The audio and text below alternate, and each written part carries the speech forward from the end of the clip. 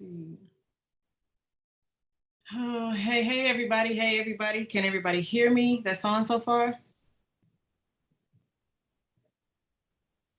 Yes. Awesome. Hello.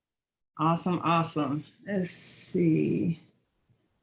Turn this down, turn this up. Okey-dokey.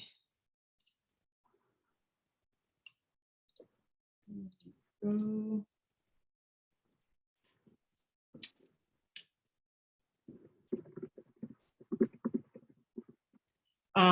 While everybody's coming in, I normally give like a good 10-minute wait period to allow everyone to come in. There seems to be a lot of people saying that the links that they received weren't working for whatever reason. So I'm trying to make sure that everybody has the correct link. It doesn't matter how many times we send the emails out. Some, people don't get it, or, something happens, some type of technical issue happens, life happens. And so, yeah, I'm just trying to make sure everybody gets their fair share, to make sure it's, yeah. Can you hear me? Absolutely, yes, I can. Hey, can you hear me? Hey, yeah. Hey. Hello. How you doing? Oh man, tired, busy, blessed, a lot of mixed emotions, Ash and her emotions. And so I'm trying to think of something to say other than okay, but just living. How about yourself? Same. Everything and nothing all at the same time. Hey, yeah, I get it. Let's see. Leave our questions for the end. If you have any questions that you would like to ask before I get started, feel free to ask. What time do we officially get started? 7:10, 10 minutes after. So about 7 more minutes. Is this Central or Eastern? Yeah, we're Central Time. Okay, cool. Gotcha. I had a question. What if we weren't able to actually start the actual fast today? Is that still okay? Can we still start it next week? Absolutely. You can actually start it whenever you want to. Just make sure you plan accordingly. The reason why we start on Tuesdays is simply because on average, most people work Monday through Friday. They're off Saturday and Sunday. So Tuesday being the first day, it's, the first 3 days are fruit. And then we really advise that those 3 days of water, which is normally the weekend, that you're doing the less as possible. Like you're not as productive, you're not running any errands, you're not really utilizing your energy as much. But you can definitely soak up the information that we'll give you and then, start it on your own, but at least you'll know what to do and stuff like that. Got it. Thank you. No problem. I had a question, please. Go ahead. If you're on your menstrual cycle, do you think it's still okay to do the fast? Absolutely. Okay. Especially these first 3 days of just fruit. It's perfect for these first 3 days. And so you shouldn't experience anything. If you're still, on it for the water day portion of it, it's not going to be as hard, especially if it's like later on within your cycle.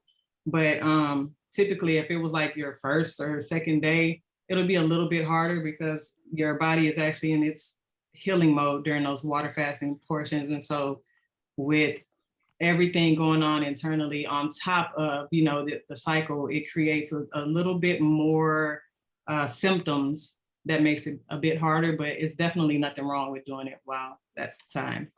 Okay. And I also ask, I usually drink certain herbs as well.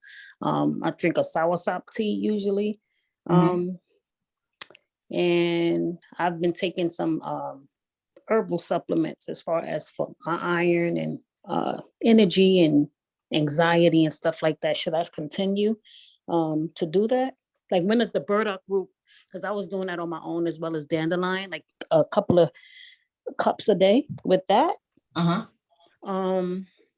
So, should I still consume the herbs that I was, just making Absolutely. teas out of the herbs that I was, The first 3 days, absolutely. You're definitely keep using whatever herbs, especially if the herbs are beneficial to your overall Okay. well-being. So definitely keep using any herbs and stuff like that. Supplements, vitamins, if anybody is on medication, that's fine as well.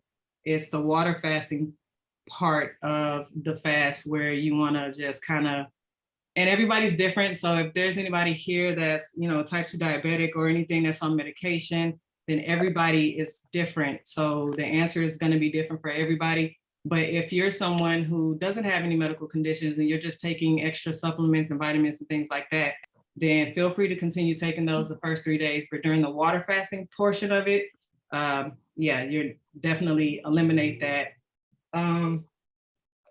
For any diabetics, like I just said, same with you all, just keep taking your medicine the first 3 days. Your fast, you'll be given an option. Everybody is really different, but some people, it is definitely okay to not take your medicine the first day of the water fasting portion, but really, really, really monitor your blood sugar levels, your blood pressure and things like that. You can do either first 24 hours of water. When we get to the water fasting portion, you can do the first 24 hours of just water, the second day fruit, and then the third day do another 24 hours of water. Or if you want, you can go 48 hours of just water, and that third day, break your fast with more fruit. But like I said, everybody is different. It depends on you, your situation, and what you're monitoring over there on your end. And again, I'm going to touch on today's topic. I'm going to touch on a lot of that when I actually start teaching, and then you'll be able to ask more questions at the end. But I hope that answered your question. It did. Thank you. Awesome. I have a question. What's that? If like my husband and I have a cleaning business, and so we can't like kind of just sit back every day. If we're using a lot of energy, will we be okay? Or for the first 3 days, absolutely. For the water fasting portion, being completely honest, as we always are, it's going to be definitely really difficult. The water fasting portion of it is where all of the healing, literally all the healing, cellular cleansing and everything takes place. During that time is when, if you're utilizing too much energy and we're not eating at that time, then you're you're doing a little bit too much, and it's gonna literally take a toll on you to where your symptoms are gonna be heightened. You may feel a lot more weaker than what someone else would, or you'll have the jitters, the headaches, the symptoms are normal, but it'll definitely be harder for you. okay. So, All right, we're gonna push through. Thank you. no problem. Can we drink black coffee? No, stay away from the coffee during the whole 7 days. If you had it today, that's fine, no problem. Try to steer clear of the coffee for the next 6 days. Try to do a substitute. Get some dark roasted dandelion tea. It tastes just like coffee. And this is coming from someone, I used to drink coffee for about 15 something years before I finally was like, yeah, I'm drinking it for no reason. I just like the taste of it because my dad and my grandma used to drink it, but it's definitely a great natural alternative. Dark roasted dandelion tea. Like I said, it tastes just like coffee. Only difference is it doesn't have the caffeine, but it still gives the same effects, and it's completely natural. I have a question. Yes, what's that? I have usually, well, my wife really has usually headaches. What can she take for the headaches? And also today she was feeling a cramp in her leg.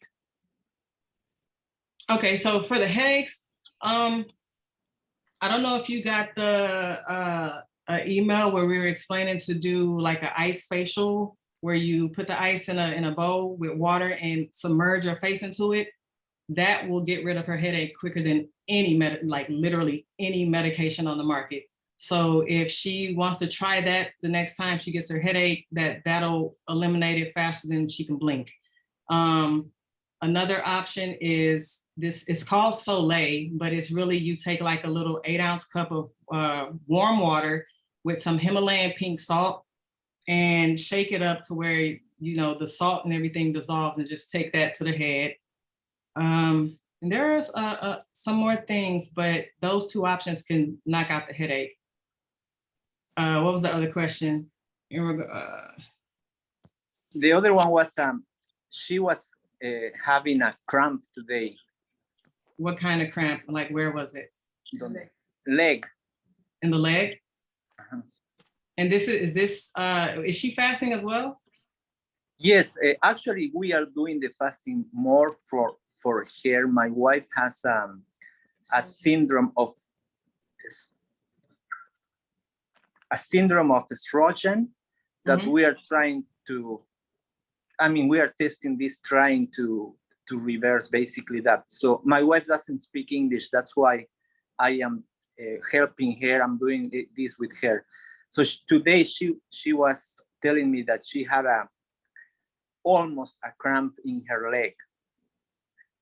Typically, whenever you're fasting, it really doesn't matter. You can be the healthiest person in the world, or you can be dealing with some type of health condition.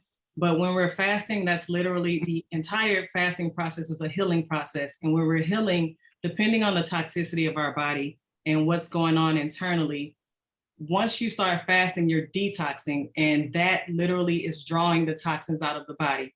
So you will experience pain, cramps, and things of that nature that you normally wouldn't experience. And you will definitely experience the pain in certain parts of the body.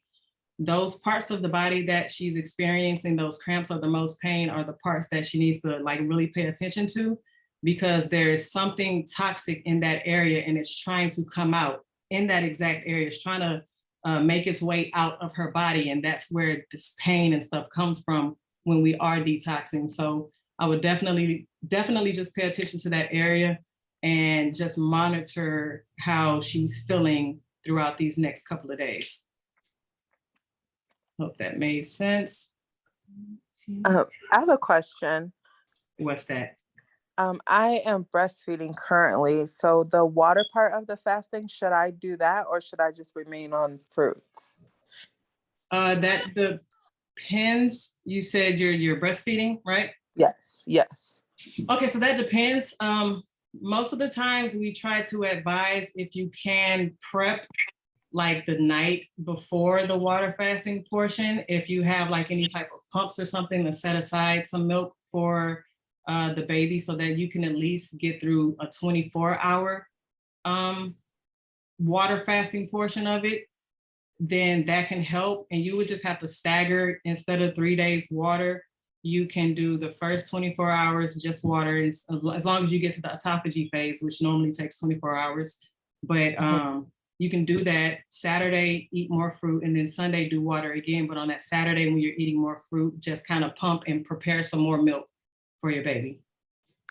Yeah, she's exclusively breastfed. Like, she's never had a bottle. So Gotcha. Quick question for you.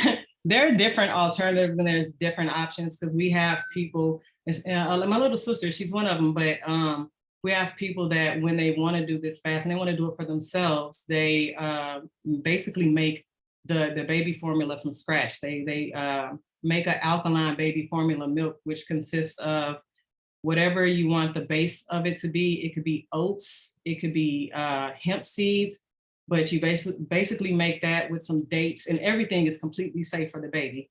But you would use either hemp seeds or oats as the base, dates to like make it kind of sweet, some water, like a little pinch of salt and agave, blend it up in a blender, and voila, like you have the most nutrient dense alkaline baby formula on the market. That's not on the market, but that's just another alternative. So you can prep for the baby and pump yourself, or just make milk for that time being, but your breast milk is always better. So it's just, the choice is really yours.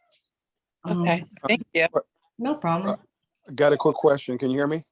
Absolutely. And after this question, I'm gonna get to today's lesson, but okay, I can hear you. Go ahead. All right, so so I'm diabetic type 2, and recently was hospitalized for high blood pressure, like it was out of control. We got it under control. Now I'm on some blood pressure medication. It happens this coming week also. I'm supposed to be doing a colonoscopy. So of course I got to be drinking whatever fluids for the first 24 hours. So that's happening on Monday. Should I just wait after the colonoscopy to get started with the fast? Really and truly, if you get a head start on it now, you be amazed at the results you see. I wouldn't Okay. put it off, but like I said, the choice is yours. I can only advise based off of what I know. And just a disclaimer, me and Ash, she's busy right now, but we're not doctors, nor do we claim to be. We're not even healers, although we have helped hundreds of people heal.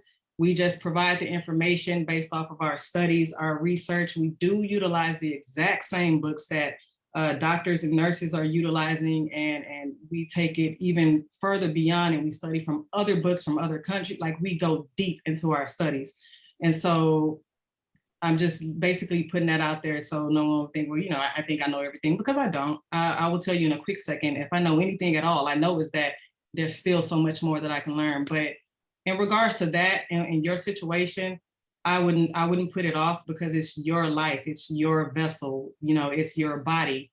And the longer you wait, the longer anything can happen. So definitely doing it now beforehand, it may surprise you at the results you see before you even go do that. Okay, thank you. No problem. Absolutely. So whoever just asked, you put salt on the avocados? Yes, you may. Okay, so I'm about to get into today's lesson. I've taught it before, but definitely not to this extent. Like, it's gonna be on fasting. Let me share my screen. And I'm going to pretty much break down. I feel like a lot of people got here from TikTok. They saw the video on cancer, preventing cancer and stuff like that, and autophagy and stuff like that. So I figured it would be a great way to start off with actually teaching that and diving deeper into that. Share screen. Oh, last thing, is there any way of like emailing notes or important things that you think we should have, like maybe just shooting it out to the same people you send the Zoom link to? Because absolutely. Because after this, what I'm doing with it this time, and normally we literally, while we're teaching, we're showing our sources and stuff like that, so you guys know and see that we're not just pulling information out of thin air, and we're not just following one specific person in general. And so with this, I'm going to give so much information that I feel like you guys really need every reference, every source that I use. And so on top of this Zoom actually being recorded, this will be sent out to you, as well as our resources and stuff like that used. And so you'll be able to go look up and research further everything that you learned tonight. All right, thank you so much. Appreciate that. No problem. Okay, sure. Can you guys see my screen? Yes. Cool. Okay. So diving in, water fasting is what we're talking about.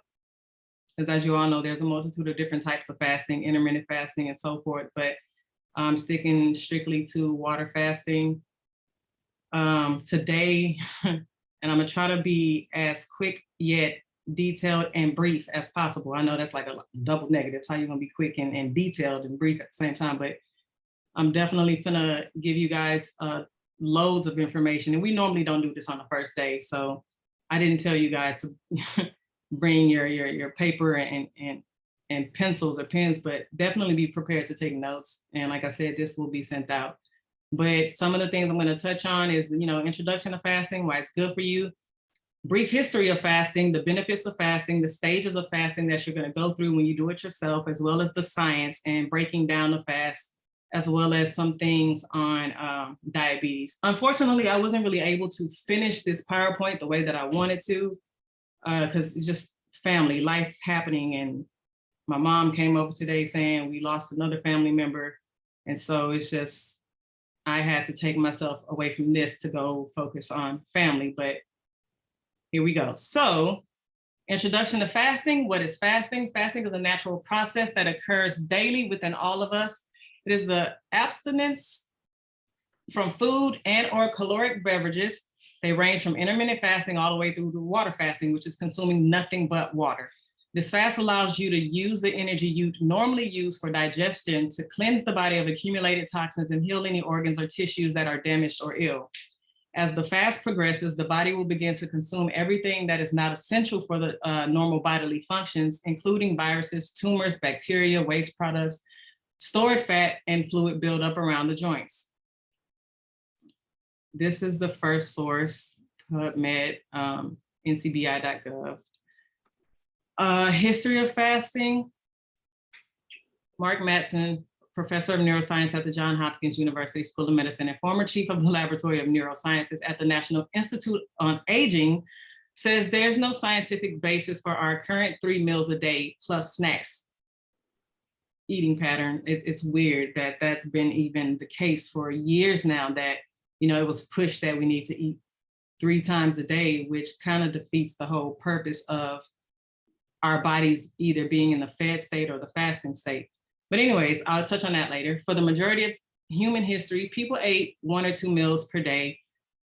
The current time-restricted eating patterns like the 16-8 or 1 meal a day diet mimic the ancient phenomenon. During periods without food, the body evolved to tap into fat stores for energy. Some research shows this capability makes us metabolically and nutritionally flexible, able to maintain a sporadic diet. Now, I forgot to mention, but whatever fasting regimen you pick will be dependent on your personal goal or how quickly you're wanting to reach that goal and how strict you are willing to be with yourself. Like, for instance, if you have an autoimmune disease or an illness that you're really wanting to correct as quickly as possible, because it's like becoming like too hard to handle and you know, you're really sick and tired of being sick and tired, then a water fast is probably, you know, what you're looking for. It is difficult the first couple of days, but once those ketones kick in and it starts burning fat, cravings disappear, you will no longer feel like eating, and everything kind of regulates itself. Like once the body gets back into its homeostasis form, it regulates itself. 22. Sorry about that. But okay, so like I said about the history of fasting, if you look back to like evolution of the caveman, that's if you believe in the evolution of the caveman, because I understand that everybody's beliefs and stuff like that is different. But you will see, or you will notice that they definitely had an unlimited supply of food. I mean, not an unlimited supply, but they did not have an unlimited supply of food like we do today. Like we have corner stores on every block. Whenever we get hungry, we can go grab honey bun and a soda if we feel like it. But for them, it was more so they ate whatever they caught. And so whenever there was a drought, they had to go days, weeks, months, who knows, but they went without food. Therefore, everything in regards to epigenetics and what they developed and what was stored into them was naturally passed down even centuries later. And so that's pretty much, you know, the history as far as that goes. But we also know that we can't talk about fasting without mentioning how it's in religion. You know, we have Buddhist fasting, we have the Orthodox fasting, we have Catholics that fast, Hindus, Jews, Mormons, and Muslims, you know, the Ramadan. They've been talking about that heavy, like for the past couple of weeks now, like they're excited about that. But theirs is intermittent fasting. You know, they fast between sunrise and sunset, and then that fast is broken with a few dates, followed by a full course meal. And by full course meal, I'm talking about full course meal, appetizers, salads, main meat, entrees, desserts, like the whole 9. The Hindus is, I want to say, more different than everyone else's because theirs is like extremely important to them. But for them, they observe the fast in the name of a particular god every once, twice, or more times a week. And depending on the deity that they're wanting to please, they will fast on that particular day. Like for instance, for Lord Shiva, somebody may choose to fast on Mondays, but for Lord so-and-so, somebody may choose to fast on Thursdays. But basically, in general, just everybody fasts different for different reasons. And this has been going on for centuries, like years. It's definitely nothing new. benefits of fasting. Okay, so we have spiritual and mental benefits, and then we have the physiological benefits. Fasting is known to improve mental clarity and focus, and therefore it can be used as a tool to give you like a greater sense of freedom, flexibility, and the level of energy that you would need to achieve those goals that you have set for yourself. It can also affect you emotionally, but in a good way. Emotionally, you may find that your depression, if you battle with depression or a lot of anxiety, you will definitely find that it lifts and you start to see things in a whole new light. Things become clearer, you become more focused. You may start to believe that obstacles you thought were way too big, you can actually accomplish them now. It's a lot that goes on spiritually and mentally when we fast. Like a lot of people on the first day, they're down and out about something, but by day 2, it's like a completely different person. Like we've seen it ourselves. Like someone that was toxic on Monday is now like this good Samaritan and the sweetest person in the world on Tuesday. And that's simply because in a matter of 24 hours, not only did they implement a drastic change in their diet in regards to what they were eating, but they fed themselves on a cellular level by eating just fruit on the first day. So they're actually experiencing the benefits of how the fruit actually reacts in the body and how it benefits us, because at our core, we are literally cells. We're just a bunch of walking cells. And so everything we eat when we consume, we should be consuming things that feed our cells, that our cells can actually benefit from.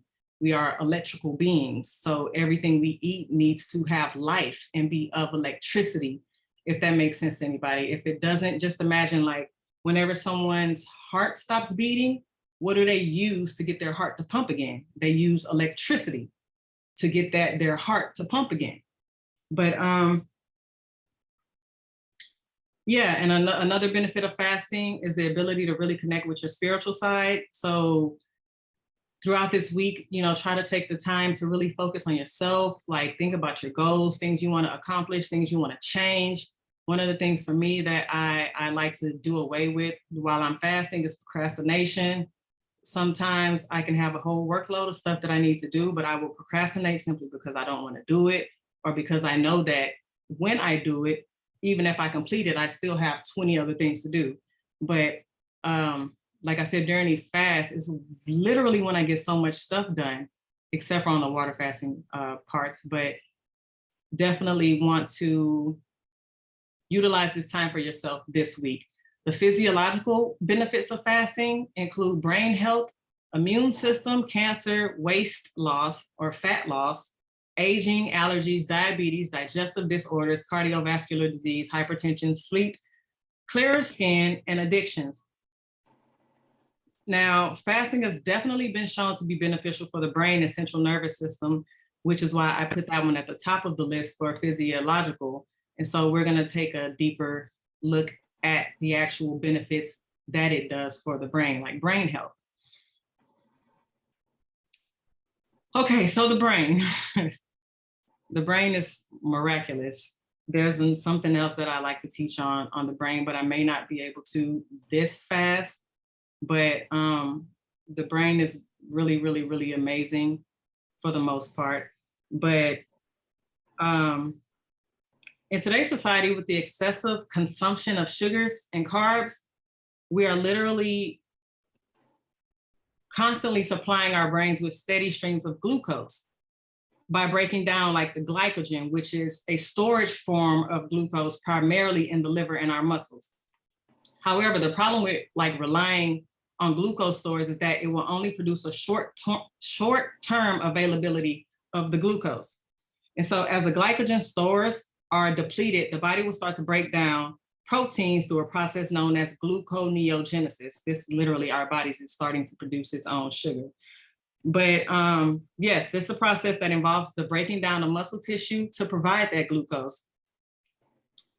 The human physiology does offer another pathway to create that for immediate use. And fasting is literally one of the most exceptional ways for pushing our bodies down this pathway instead. And that's basically because fasting is your food is no longer available. And especially with the case of like a full water fast, not the intermittent fasting, not like bone broth fasting or juice fasts or things like that, or just refraining from a specific type of food, but just water fast in general, because you're not eating anything. And so when you're not eating anything, the liver will begin to use its own body fat to create ketones. And this generally takes about 48 hours for women and about 72 hours for men.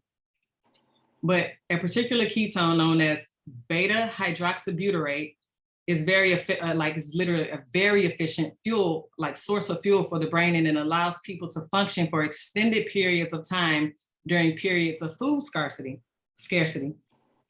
And so apart from like being that fuel for the brain, even studies have showed that beta hydroxybutyrate has so many other benefits, as well as everything else that we literally see on this PowerPoint. Neural autophagy decreases risk of Alzheimer's and Parkinson's disease, decreases risk of mental decline and memory loss, and things like that. Increases BDNF, that's brain-derived neurotrophic factor. What is that, right? It literally prevents the death of existing brain cells, induces the growth of new neurons, and supports cognitive function. Low levels of BDNF are literally what's linked to Alzheimer's and Parkinson's disease. There's not many food items, plants, vegetables, fruits, or meats that can increase BDNF outside of, like, fasting is literally the most effective way to get this increase. If y'all are still following me, like, that's literally how important BDNF is. It prevents the death of existing brain cells, especially the ones that are damaging to us. It induces the growth of new neurons and it supports your cognitive, like literally your cognitive function. That's how important that is. Neural autophagy, a process where the cells recycle waste materials, breaks them down and gets rid of them and replaces them with new. I keep doing this, like I keep pausing just because I really want you guys to understand how important this stuff is. Without the process of autophagy in the brain is unable to develop properly nor function the way that it should. What's also interesting is studies literally have shown that elevated levels of insulin actually reduce the process of autophagy within the brain. Fasting, as far as the brain health, decreases risk of Huntington's disease, decreases the risk of stroke, treats brain trauma, prevents and treats depression, treats epilepsy. If you guys have the opportunity to check out what was sent out in the email, the science of fasting and things like that, the science of fasting had some amazing stuff in it. Like, for me, it was how they were able to completely reverse the mental illnesses of their patients that was schizophrenic and stuff like that. So if fasting alone, prolonged fasting, can literally reverse a mental illness as serious as schizophrenia, imagine what it can do to just depression.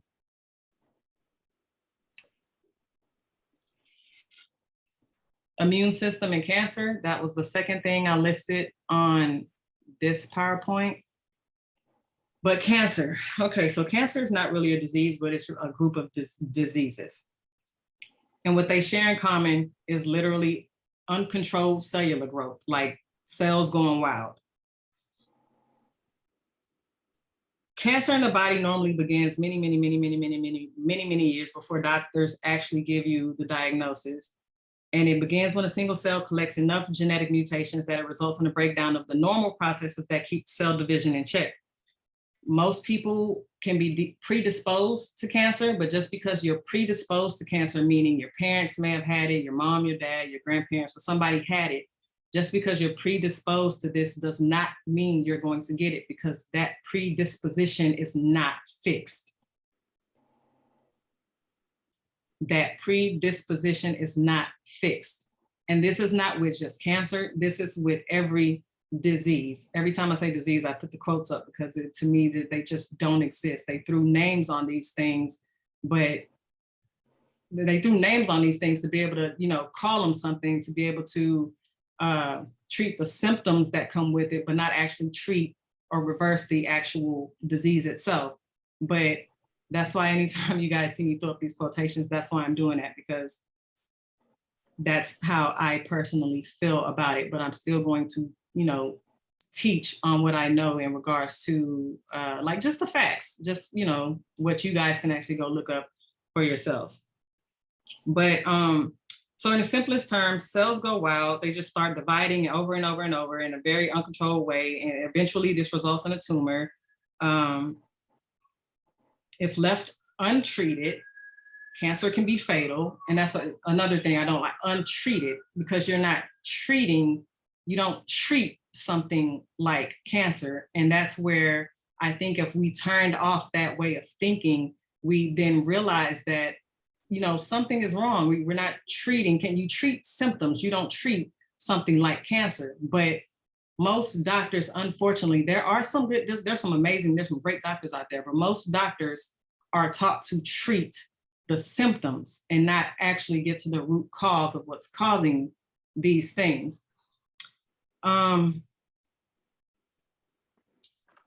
And so once it gets out of control and it starts spreading, a cancerous tumor can spread to other parts of the body. That's called metastasis, and things get out of control. And sometimes people often wonder, like, I've been going to the treatments, I've been doing chemo. Why is it that, the cancer is getting worse? And it's literally nobody's actually treating or doing anything to stop what's causing the spread. If nobody knew on here, on this Zoom right now, the main thing that feeds cancer, keeps it alive, and allows it to multiply and spread is sugar. That's literally it. Sugar. Sugar feeds cancer. Cancer thrives on sugar. It cannot survive without it. This Excuse can me. be, yeah. Can if we're eating a lot of fruit, That's wouldn't completely that different, kind because the sugar in fruit is fructose. And the sugar in fruit literally needs little to no insulin at all to be absorbed into the bloodstream. It has a completely different effect on the body than actual glucose does. And the things that we eat that have overtly processed sugars in it, whether it's brown sugar, white sugar, stevia, it doesn't matter. It's processed. All of it is bad for the body, but fruit sugar is natural and it's fructose. And it being fructose, it doesn't cause as much harm as glucose does in the body. Did that kind of address what you were thinking or getting ready to ask?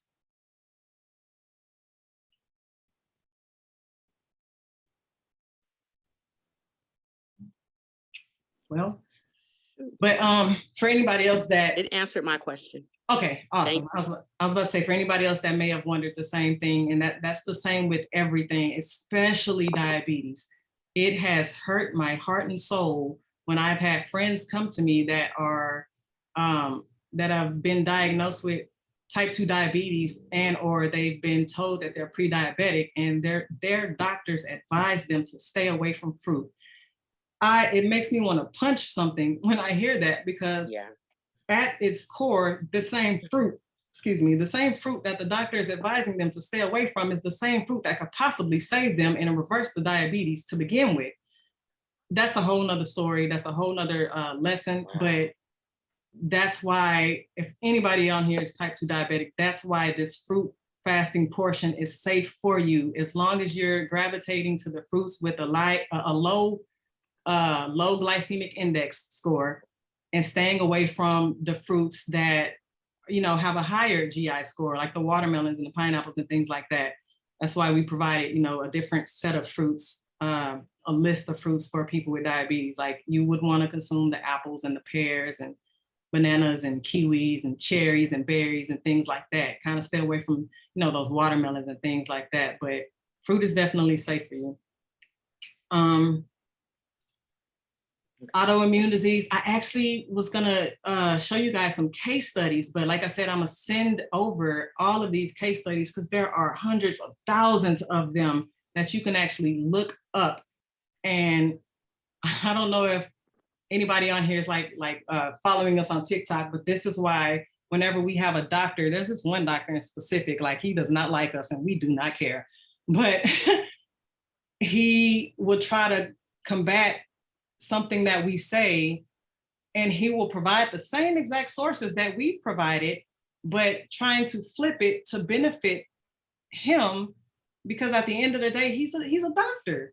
And so, you know, if people are not sick, doctors wouldn't have a job. So if they were to actually heal you, how would that field thrive, literally? Like, how would the pharmaceutical continue to be a multi-billion-dollar industry if everybody really healed? And so that's why, in my honest opinion, I feel like it was made that way for a reason. Dr. Jason Fung is one of like my favorite doctors that I study from. Dr. Jason Fung, Dr. Michael Clapper, Dr. Alan Goldhammer, Dr. Milton Mills. I can give y'all an entire list of these doctors who study fasting and they actually do it. They advise it to their own patients. Hence the reason why these case studies come from. But it's so many doctors out here that practice fasting. They've been researching it for like the past 50 years and so forth. So when you get a doctor telling you something like, you know, well, there's, you know, fasting, you know, it works, but we wouldn't advise it because there's simply not enough sufficient evidence to validate these claims that it works, and it still needs to be, you know, researched thoroughly. They are full of it. Like, it's been being researched for over a century. What, like, how much more research do you need? Other countries, Russia, Germany, these countries, they don't even prescribe medicine. They will prescribe herbs first before they prescribe medicine. Most of them actually advise to fast before anything else. It's only here in the United States where they will slap some medicine on a piece of paper, prescribe you something, and it's completely, you know, ignoring the actual root cause of what we're trying to fix or get rid of. Like, don't treat me for my symptoms when the symptoms are a direct reflection or a consequence of this disease. How about we, you know, fix or reverse the actual disease? But anyways, this one case study is basically, it was the 45-year-old woman has systemic lupus. I always trip up over that word, but she was suffering from joint pain, chest pain, skin rashes. She was on medications. They included 25 milligrams of prednisone, which is a steroid, I believe, and 5 milligrams of hydroxychloroquine. She was weaned off of the medication 2 months prior to the fast and was medication-free 2 weeks prior to the fast. And her initial weight was 58 kilograms and her blood pressure was 120/75. The results after the first 3 days, and this was just water fasting only, all of these case studies, and I'm only gonna show you guys basically 2, but I'm gonna email all the resources and stuff so you can view this for yourself. But after the first 3 days, or the first 3 days, not after, but during the first 3 days, she experienced mild discomfort, poor sleep, and nausea. She was nauseated. 4th day, she was feeling significantly better with no complaints or joint pain. Her fast was broken on the 7th day due to increased weakness. Her weight was 55 kilograms. Blood pressure was 110/80. If anybody knows blood pressure, you know that's normal.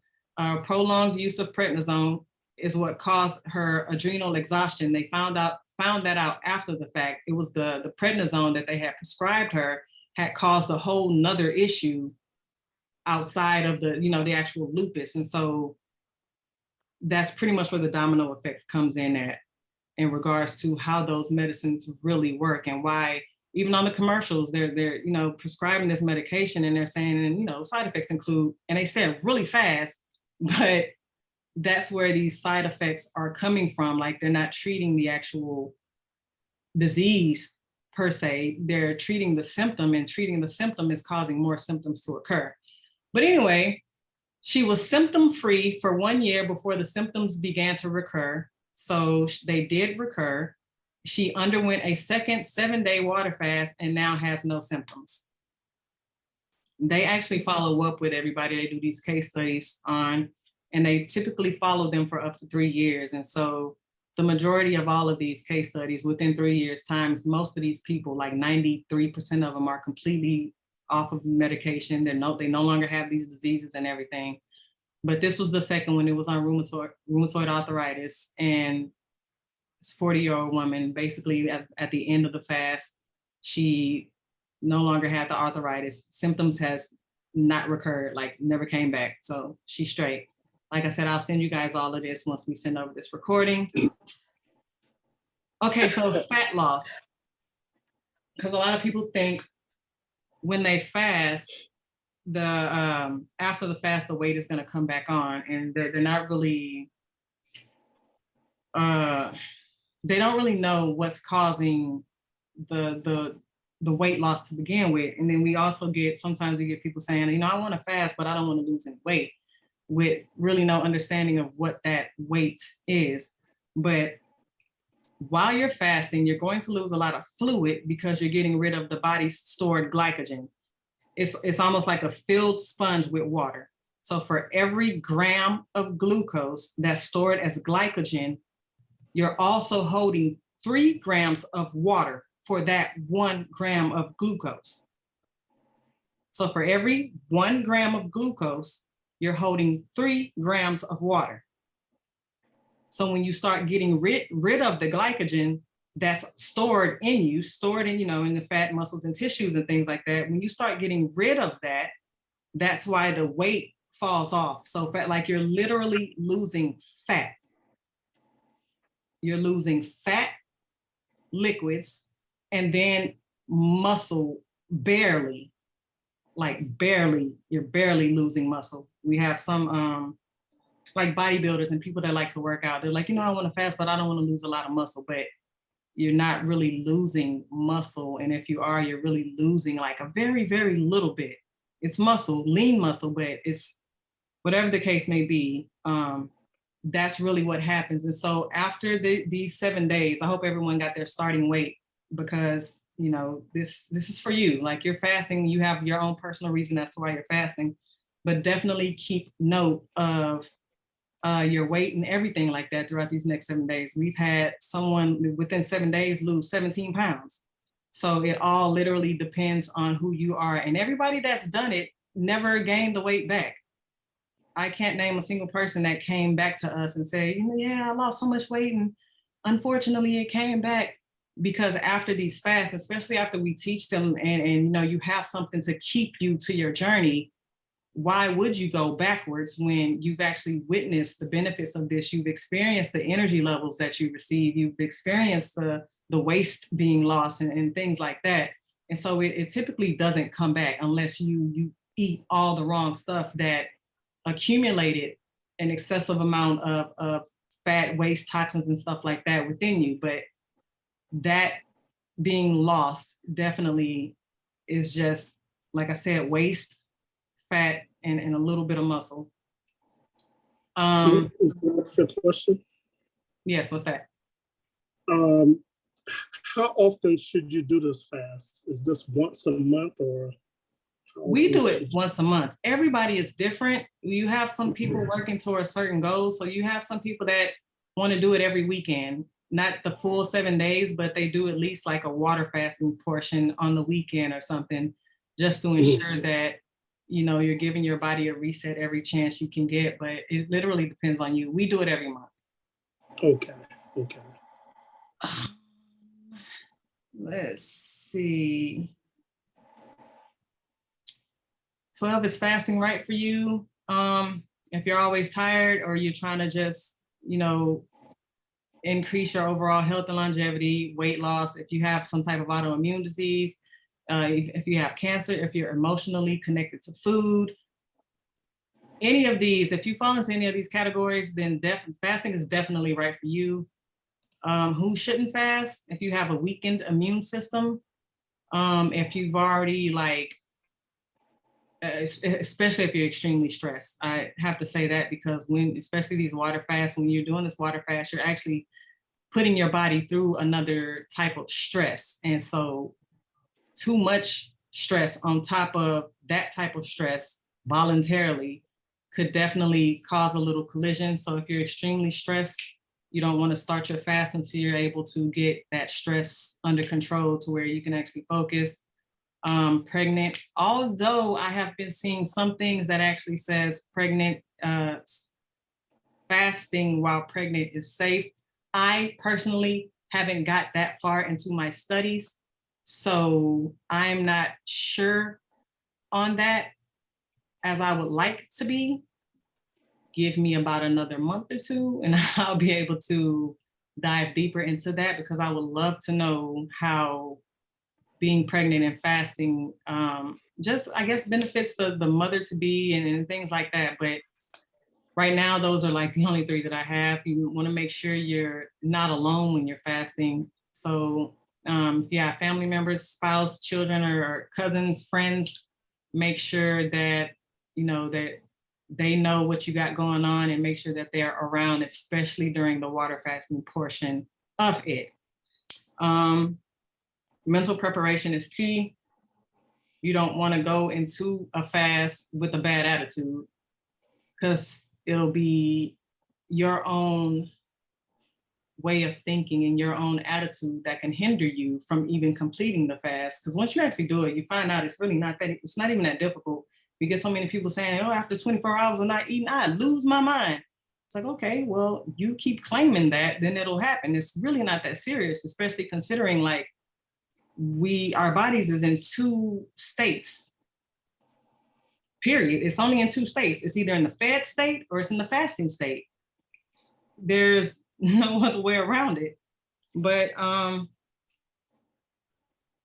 I didn't even dive deep into that, but like I said, you're either in a fed state or you're in a fasted state. So when you're in a fed state, you're eating and your insulin is going up. As insulin goes up, its normal job is to tell your body to store those calories. Anytime you don't eat, it's fasting. So when you fast, that means your insulin is going to drop. And that's the signal for your body to now start pulling those calories out of storage. The only way you can actually use the body fat is to let the insulin fall and not eat.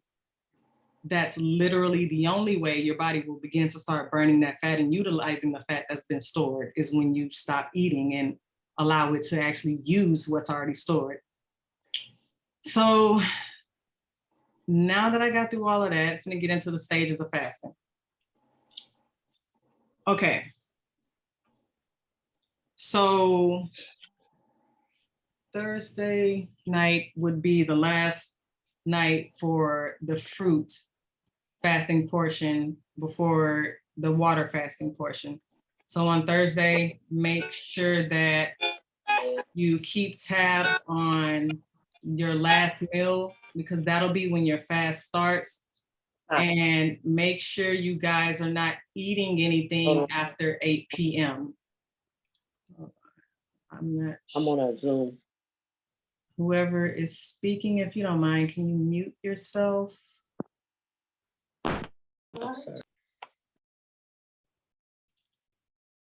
And before I get into the stages of fasting, is everyone following me so far? Is everything making sense?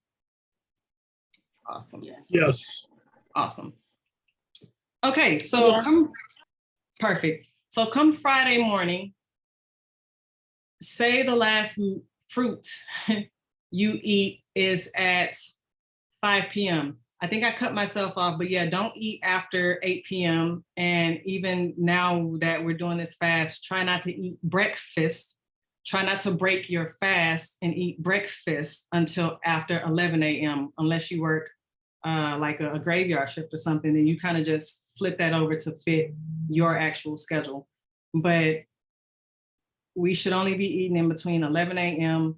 to 8 p.m. And then that's your cutoff time to give your body the correct amount of hours to actually go throughout the digestive process and things like that. But So if you stop eating Thursday at 5 p.m., then by the time we get on this Zoom Friday at 7 p.m., you would be 26 hours into the fast. So, and I hope everybody downloaded that app, the Life Fasting app, because it's a little helpful, little educational little thing. But the first hour through the 8 hours after your last meal, that's your digestive process. Some people's digestive process can take so much longer. I'm talking 36, 40, 72 some hours, because on average, the average American literally has about 20 pounds of feces sitting in their gut right now because they're that backed up and they're not aware of it. If you're not experiencing a bowel movement after every meal, you're definitely constipated. It may not be as severe as others, but if you do not experience a bowel movement after every single meal, you are constipated. So know that. That's why the digestive process time frame varies from person to person. It's almost like a baby though. You know, guys, when babies eat, it's like they poop on demand. They're getting rid of what they ate like almost as fast as they ate it.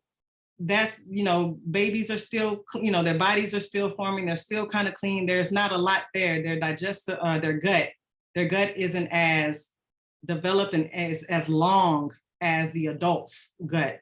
And by gut, a lot of people, I didn't know this until we started teaching it, but a lot of people aren't even aware of what the gut truly is. The gut starts from your mouth and ends at your anus. It's not just your stomach.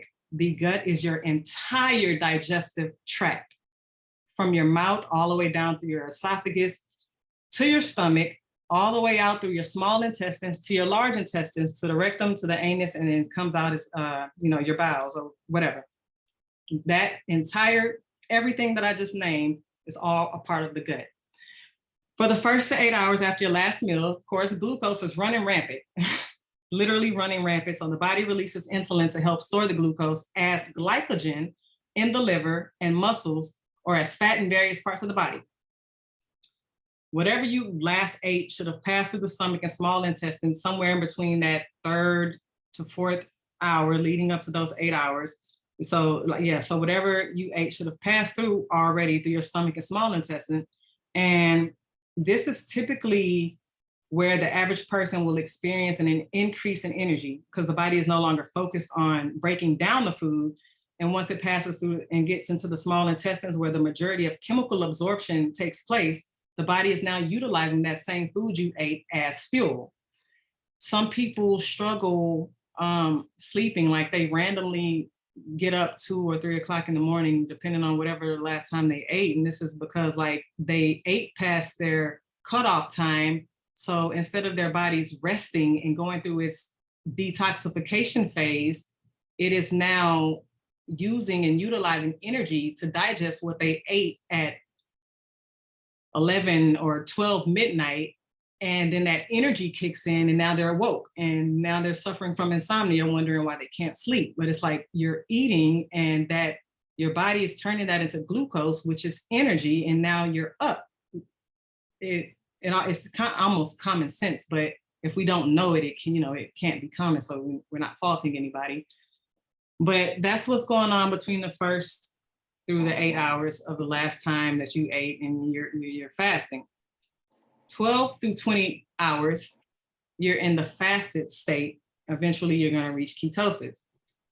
In the fasting state, your insulin drops because glucose is no longer circulating. So when they drop, the liver starts converting fat to ketones to use as your primary source of energy. This further increases energy levels because ketones are a more efficient source of energy compared to glucose, if you guys didn't know that or not, but ketones are definitely more efficient when it comes to giving us energy than the actual glucose itself. And like I said, those ketones stimulate that BDNF that I was speaking in regards to earlier about brain health.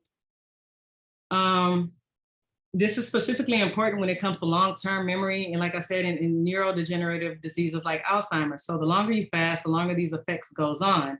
And the body starts producing antioxidants, which reduce inflammation in the body, which also prevents chronic diseases. Once you get to the 24 to 36 hour mark, which is the whole purpose, the goal of a water fast, and you can really only get there through a water fast, autophagy. This is where the body is going through its cellular cleansing mode, cellular cleansing and cancer prevention. The body is so sophisticated, y'all, it prioritizes which cells to eat away at and destroy. So it's not going to eat away at anything that's actually beneficial to you. Instead, it's going to search and target any and everything in your body that serves it no purpose. It does not benefit you. It's just taking up space. It's causing all types of illnesses, leaky gut. It's doing so much. Your body is eating away at all of these things, the cancerous cells, the misfolded proteins, toxins, whatever is in you that is serving you no purpose. Your body is prioritizing attacking them, getting rid of and destroying them, and regenerating them with new cells. So it's not like it's just eating these cells and leaving you cellless. It's literally eating these cells and stuff and replacing them with new. So yeah, out with the old, in with the new. You shed the unnecessary baggage and your body replaces it. After 48 hours of just a water fast, after just consuming nothing but water, you have, sorry about that, increased human growth hormone. This protects against the loss of protein. It's like stimulating lean muscle growth. It's greater physical and cognitive performance and cellular repair. All of this is going on within 48 hours. At this point, no glucose is being made by the pancreas because you stopped eating. So there's nothing for your body to go off of. It has now began healing, getting rid of everything that serves it no purpose. It's producing hormones that normally aren't produced because your body is always in a constant state of using the energy or digesting something that you've eaten, to where none of this stuff can really happen until you stop and allow it to happen. So 48 hours, that's literally what's going on. That increased human growth hormone is producing any and everything the body needs to regenerate itself on a cellular level. So within 72 hours of the water fast, at this point, you have regenerated your entire immune system. Science Direct, ncbi.gov, WebMD, it doesn't matter where you look it up at. You can go get books from any doctors that actually study fast, and they will tell you within 72 hours, you can reset your entire immune system by simply drinking water. I do not know about y'all, but I would rather drink water for 72 hours for free at home than to go spend $50 or however much you spend for the doctor's visit, another so-and-so $100 for the medication, another so-and-so for the other medication that other medication costs you to have to get. I would rather literally just drink water, stop eating, and allow my body to heal itself as it has shown you that it can do all of your entire life. We only acknowledge it and notice from the outside that we don't think that if our bodies can do this on the outside, what makes us think that it can't do this on the inside? Whenever we get a cut, we can slap a Band-Aid or something over it, but what does the Band-Aid do? The Band-Aid only covers the cut. It's those cells in our skin, that's what's gonna heal. It's gonna heal on its own if we just leave it alone. It's the same thing internally. If we're sick, leave it alone. And when I say leave it alone, that's everything. Leave the medicine alone, leave the foods alone, leave it alone, and just let your body do what it's naturally designed to do and what it's going to do anyways. Just leave it alone. Ooh-wee. Fasting for diabetes. Hey sis, can I ask you another question? Sure. On that chart, that PDF you had sent us, in the water spots at the different times, is that the only time that we drank the water at that particular time? Mm-mm. Definitely not. That's just a guide to ensure that you are drinking water. Even if you miss that like you don't drink water at whatever time it said, as long as you know to drink your water. The beautiful thing about the fruit fasting portion of it is fruits contain water. So even if you're not drinking enough water or the amount of water you think you should be drinking, you're actually eating your water through the fruit. And fruits provide the best water we can ever imagine. Like fruit water is better than bottled water, filtered water, distilled water. And so, yeah, that's just a guide to make sure that you're getting in your water intake. Never, you definitely don't want to overdo it on the water though. Your water, I mean, your urine, whenever you guys pee, should not ever be clear. If it is clear, your kidneys are not filtering out the way they should be and something is wrong. You've probably just drank too much water. Let up on the water and eat your fruits. But that's what that was for. Okay. Can I ask a question to that Robert. point? Mhm. So can you or can we substitute fruit juices? So if we decide to juice our fruit as opposed to eating our fruit, is that sufficient as well, or does it matter? If you're juicing the fruit, that's perfectly fine. I prefer smoothies. Smoothies, you get more of the nutritional content, because with juices, especially if you have a juicer, you would know that like the juicer is separating like the pulp and stuff like that from the actual juice. It's just extracting the juice and that's what you're having. But with the actual like smoothies, for example, like it's the entire fruit going in there being blended up and then you're consuming the entire fruit. But either way, you can definitely do the raw juices and stuff like that. Stay away from store-bought juices that are processed, that include the high fructose corn syrups and things like that. And if you do buy anything from the store that's already, packaged in a bottle, stick with Lakewood. That brand is amazing. Their only ingredient in their juices is whatever that juice is. So if it's a papaya juice, that's literally all there is, nothing more, nothing less. Prune juice, grapefruit juice, lemonade, lime juice, it's literally all they put in their stuff. They don't add anything else. But yeah, you can definitely juice your fruits. And with regard to smoothies, would you now I think I've seen a video of you guys talking about like the walnut milk or something to that effect, but does it need to be with milk, or can you just kind of do coconut water or regular water? Yeah, absolutely. Okay. You can use water. No, it doesn't matter as long as it's nothing processed. The only process will be that milk, because you're taking whatever it is you're using to make the milk through a process, and so that's why it's still processed, but you're making it yourself. But you can definitely use water. Perfect, thank you. I had a question Quick with the water. Okay. Good. With the water fast, can you do infused waters? Like, can No. you do lemon, lime? Or it's just straight water? Just straight water, nothing else. Okay. Quick question, please. On the guide you gave us for the instructions on what to do each time, every couple of hours during the day, under the one that says GA, it just says to mix the activated charcoal with your grapefruit drink. And it doesn't give us like what grapefruit drink, like how much juice, is it one grapefruit, or is it the one that's part of the 16 ounce?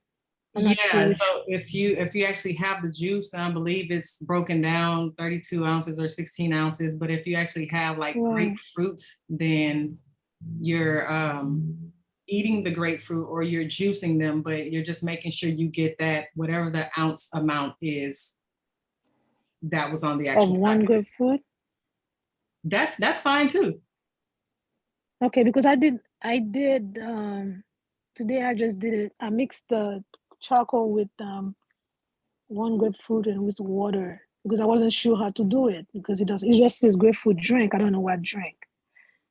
See, in the document we provided, if you didn't want to get the actual grapefruits, we left a reference. We left like a suggestion as far as the Lakewood grapefruit juice.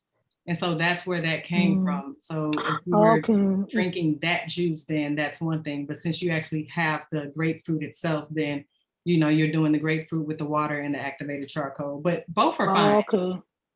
Okay, that's what I did. Okay. So you do one time, you did a 16 ounce with one grapefruit. That's the G, I think it's called. And in the GA, you add the charcoal in some of it. Yes, That's separate. Those are separate. Okay, that's what I did. I wanted to make sure. All right, thank you so much. no problem. By the way, what document is this? Where did we get this document from? It was emailed out a multitude of times. It should have been emailed like when you first signed up, unless you provided like the wrong email or something, then you probably didn't get it. But it was emailed when you first signed up. It was emailed again on like maybe Friday, emailed again on Saturday, emailed again yesterday. So if you didn't get any of the emails, Let me ask you, is there, what email are we looking for? Is there a way of you telling us what that email so we can look it up in our email? Just in case it went to some kind of spam folder or something? Smart Vegan. Oh, it's Smart Vegan? yeah, be a smart vegan at Gmail. BS, okay, thank you very much. No problem. Okay, Excuse me, I have I'm sorry, what? You have a question? yes. Go When ahead. we're making the smoothies, is it okay to mix fruit in the smoothie, or do you recommend just using one? Oh, that's a great question. That literally depends on the fruit. You can definitely mix fruit, but mix them in according to their classification, if that makes any sense. So every morning, I have got obsessed with this melon juice. It's a smoothie, but it comes out like a slushy, but it's honeydew, cantaloupe, and watermelon. Those are literally Okay. the only three in that. And I put sea moss with the water and, blend that. And that's a melon juice. As far as like berries, it's okay to mix all your berries together, strawberries, blueberries, banana, things like that. But stay away from mixing melons with citrus fruit or mixing melons with berries. Makes sense. Thank you so much. No problem. Okay, so fasting for diabetes. I put this in here because heart disease is still and has been for some years now, like the #1 cause of death in the US. It's heart disease and everything, related to heart disease. Most of it revolves around high cholesterol, blood pressure, diabetes, obesity, and things like that. But diabetes, typically, every symptom or everything that comes with diabetes is almost always the same. It's either obesity, like I said, high cholesterol, high blood pressure, blood sugar levels. Everything is one and the same when it comes to diabetes. And ultimately, diabetes leads to hypertension. And so that's why I threw diabetes in here. Like I said, I wasn't even able to finish and I'm already past my time, but I really want you guys to get this information. So that happens, especially when Ash teaches, and those that been rocking with us for over a year and some change now can tell you, like, Ash will teach and teach and teach until it's midnight. And then we're looking like, oops, sorry. But fasting for diabetes, there are three types of diabetes, even though 2 of them are like the main ones we really hear about. And one of them is like the #1. Type 2 is 90 to 95% of people that are diabetic have type 2. Type 1 is known as an autoimmune reaction. The way that I break it up or to make it easier to understand is it's insulin dependent, or in other words, it means that you're insulin deficient. Type 2 more so focuses on insulin resistance. This is also a lifestyle reaction versus type 1 being an autoimmune reaction. Type 2 is a lifestyle reaction. And gestational is a pregnancy one. It is due to hormonal imbalance because hormones is just out of whack when a woman is pregnant. There's so many hormones being released into the bloodstream that it causes so much, but it could lead to gestational diabetes. But so like I said, type 1 is literally thought to be caused by an autoimmune reaction where the body attacks itself by mistake and it stops the body from making insulin. Type 2, like I said, your body doesn't use the insulin well, and it can't keep your blood sugar at normal levels. And then 3, like I said, happens during pregnancy. During pregnancy, the placenta makes hormones that causes the glucose to build up in the blood. Usually the pancreas sends out enough insulin to handle it, but if the body can't make enough insulin or stops using insulin as it should, the blood sugar levels rise, and that's how women get the gestational diabetes. What they all have in common is insulin. If anybody is not aware of what insulin is, how it works, this is where I'm going to break everything down. Because for me, I feel like a lot of us is walking around living with diseases we shouldn't be living with because we're not even being told what's genuinely causing these things. We're being told like half truths or alternative facts. And I want you guys to really understand this by the time we finish with tonight's meeting. So like I said, insulin is the common denominator between these 3. We're really focusing on type 2 for the time being. Type 1, I'm really diving deep into the studies with that. But type 2, we're really gonna focus on that. But back on insulin, insulin is a hormone. If no one knew that, insulin is a hormone and it's made by the pancreas. It helps control the body's blood sugar levels and metabolism, like homeostasis. It's process that turns the food we eat into energy. Insulin helps the body use sugar for the energy it needs, and then it stores the rest. After you eat, your intestines break down the carbs from the food into glucose, which I already said is a type of sugar, and that glucose goes into your bloodstream, which makes your blood sugar levels rise. Your body makes and releases insulin in like a feedback loop kind of thing based on your sugar level. And so at its most basic level, it's almost similar to like your AC, your air conditioning unit or whatever. Like when your AC kicks on, when warm temperature, when it reaches a certain temperature and whatnot, and vice versa. It's almost the same, or if that makes sense. But high blood sugar stimulates beta cells in your pancreas to release insulin. So the more glucose you have in your blood, the more insulin your pancreas releases. Insulin helps move the glucose into your cells. Insulin helps move the glucose into your cells, and your cells use glucose for energy. Your body then stores any extra sugar in your liver, muscles, and fat cells.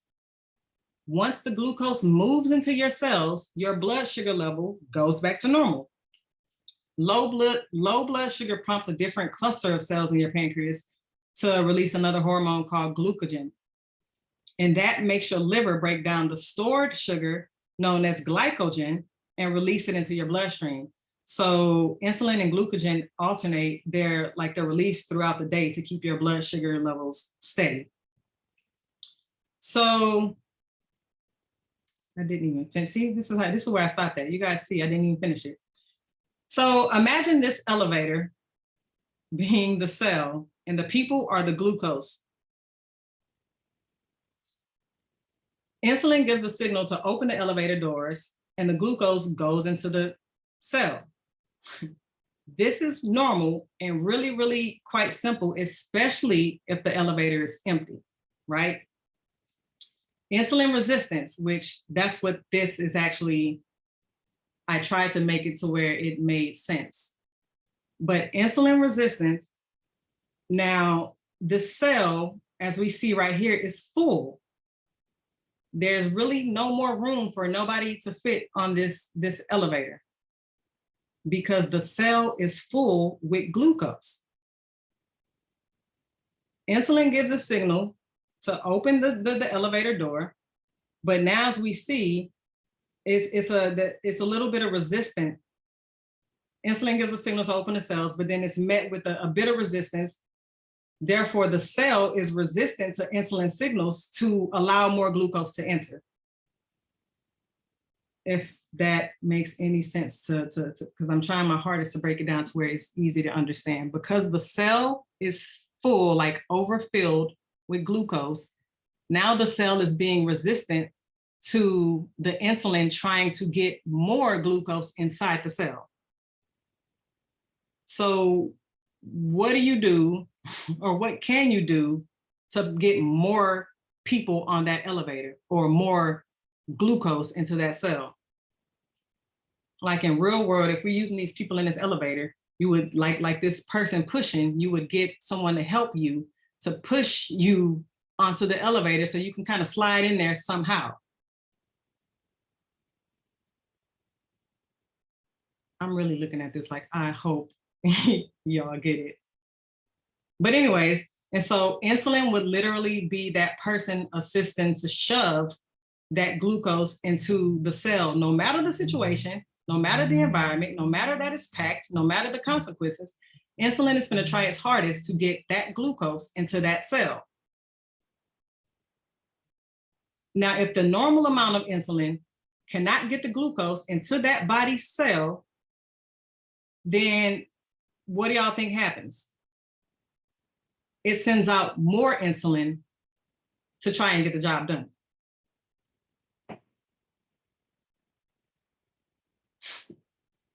But the main cause of insulin resistance is that the cell was already overflowing with glucose. So if the core issue is that the glucose is overfilling these cells, what would be a good solution? That's a real Fasting. Remove the sugar. Thank you, both of y'all. Get all the glucose out of the cell. It's literally get all of the glucose out of the cell. If that does not make sense, I don't know how else to break it down. If diabetes and the whole insulin resistant, it's the glucose in the tissues cells that's the underlying problem. And so if we know that that is the problem, like that is literally the root cause of what's causing this resistance, it's too much glucose in that cell. You would think common sense will tell you, well, hey, let's just get the glucose out of that cell. If we know that what we're eating is being converted into glucose, glucose is not getting into our bodies no other way than by what we're consuming. And so if we know this to be facts, and we know that our cells is overfull with glucose to where insulin is trying to force glucose into this cell that doesn't fit, we need to get the glucose out of the actual cell. The only way, the main way to do this is to stop eating so that the body will stop producing glucose and allow the glucose to leave, literally just stop. Like I said earlier, literally just stop. Stop and let the body do it for you. Stop putting the glucose into the body. As simple and basic as that sounds, I wish doctors would have told my mother, my grandmother, my great-grandmother, my father, everybody in my family has diabetes except for me. I wish the doctors would have told them that, hey, you got too much glucose in your cells. So now, those cells are being resistant to the insulin. So how about we stop putting the glucose in your body? Exactly. But this is the thing. Because the cell is overfilled with glucose, glucose spills out of the cell, leading to increased blood glucose levels. Yeah. This leads to the diagnosis of type 2 diabetes. So now if you give more insulin or drugs that stimulate the production of insulin, then yes, temporarily more glucose can be shoved into the cell. However, that's not okay. There's an actual natural limit. And at that point, even extra insulin will not be able to move more glucose into the cell. But this is exactly what happens in the typical time course of type 2 diabetes. And at first, the disease can be treated, the quotation marks on my fingers. At first, the disease can be treated with a small dose of a single medication that stimulates the production of insulin. But after a few years, this is no longer enough. So the dose is increased After a few more years, a second, then a third medication is added, all aimed at increasing the production of insulin. Finally, insulin itself is prescribed in higher and higher doses. The progression of treatments is clearly not helping the underlying problem.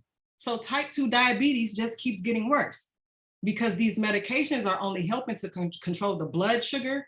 They're only helping to put more insulin into the body so that insulin can try to force more glucose into the cells, but they're not helping to actually get the glucose out of the cells. And so with this forever ongoing issue of being prescribed medicine and taking these medicines that's not doing anything at all to help remove the glucose out of the actual cell, instead it's putting more insulin into the body. This is why most people that are type 2 diabetic, they begin to gain weight. And they wonder why it's so hard for them to lose it. You're putting an excessive amount of insulin into the body, and this insulin is trying to force glucose into your cells that your cells don't even need in them because they're already overpacked, they're already full. And so now that weight gain has contributed to high cholesterol. Now you have hypertension. And guess what? For every symptom that comes from that original medication comes another medication. But at its core, we are not ever focused on, nor are we addressing the root cause of the insulin resistance to begin with, which is simply stop putting the glucose in our bodies. That's it. But y'all, I'm so proud of my mama because my mama fasted with us last month. It was her first time fasting with us. And she was definitely on 5 medications. On the first day of the water fast, she asked me, she shot me a text and was like, I think I need to take my medicine. What do you think I should do? And I was like, yeah, no, you don't take them. Because at the very end of the day, those medicines are, for one, the obesity problems. They're for high cholesterol, in which you're not even eating. They're for blood pressure and blood sugar, in which, once again, you're not eating. So why would they even be necessary? So my mom went those days without her medication. This was last month's fast, or no, that was like at the beginning, like last month's fast actually like started on like February 28th. So it carried over into the beginning of this month. But I asked her a couple of days ago when that was, because basically what I'm trying to let you guys know is she hadn't took any of her medications since that fast. And she's, like I said, she's on 5 of them. She hadn't took any of them until one day I asked her, Mom, when is the last time you took your medication since the fast ended? And she said that she took her medication once because her blood sugar or something had rose. It was high when she woke up in the morning. And I had to explain to her that that's completely normal, because when we wake up in the morning, our bodies is pushing out the energy that we need to actually wake us up and get us up. So if a lot of you didn't know that, first thing in the morning, your blood pressure, your sugar is going to be high because your body just came down off of its detox phase. Like you're still fasting first thing in the morning. So when you're coming out of that and you're waking up, like you're giving your bodies, that opportunity to actually come to its senses, to get the day started, to get the muscles and stuff going. So that was completely normal, but she didn't know. So she took her medicine. And when I told her that, she was like, okay, well, lesson learned. But for someone that was taking 5 medications for like the past, oh God, my mom been taking that medicine for like a decade probably. Her first time fasting, she was able to stop taking all 5 of them. And to this day, besides that one morning she took that medicine, that one, she has not taken anything ever since. She's fasting again right now too, and we've helped, we've literally, like, our personal success stories, we have helped a multitude of people reverse type 2 diabetes.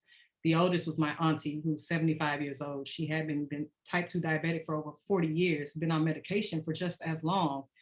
She was able to reverse her type 2 diabetes in 3 months. And she didn't even fast. with her, she didn't even fast. All we did was change her diet. It wasn't even a strict diet. She just was on a plant-based diet. She got to eat whatever she wants. So she was eating out at vegan restaurants and all of that good stuff. But at the end of the day, she's about 78 now. She's a vegan and she's about as happy and healthy as I've ever seen her. She's definitely not toxic anymore. I pray she don't see this recording of Zoom because whoo, they're gonna get mad at me and I don't care. But that auntie, but when I say toxic, she was toxic. She ain't that no more though, but auntie, if you do see this, my bad. Sorry, not sorry.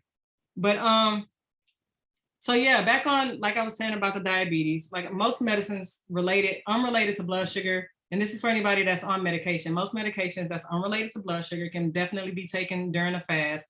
It literally depends on what it is. And if you know or are aware of how to pay attention to and monitor your body and understand how it communicates to you. If you're not taking any blood sugar medications, then there's literally no reason to monitor your blood sugar during a fast. Your blood sugar may drop slightly, but it'll remain in a normal range. However, if you're taking medications for diabetes, I would say talk to your doctors first. We always advise for you to talk to your doctor. But if your doctor is going to give you that same tune that they've been singing and not really gravitate to a more natural alternative, even though say you do this fast and you complete it and you realize like, wow, I haven't taken my medicine and this and that. And then you go to your doctor and they tell you, well, yeah, no, we don't think it's safe, but you've proven that it's safe. Then you should know where you stand with that PCP, get you another one. But definitely talk to your doctors first, especially if you have an honest doctor that's going to be real honest with you, one that actually cares about your well-being and want to actually see you get better and reverse the illness, not your symptoms get better and you're able to live with them, but one that actually wants to see you reverse whatever it is you got going on. If they're honest enough with you, they'll tell you your fasting may be safe, maybe not a prolonged 7-day fasting, because you don't need to go 7 days unless you stage 5, terminally ill.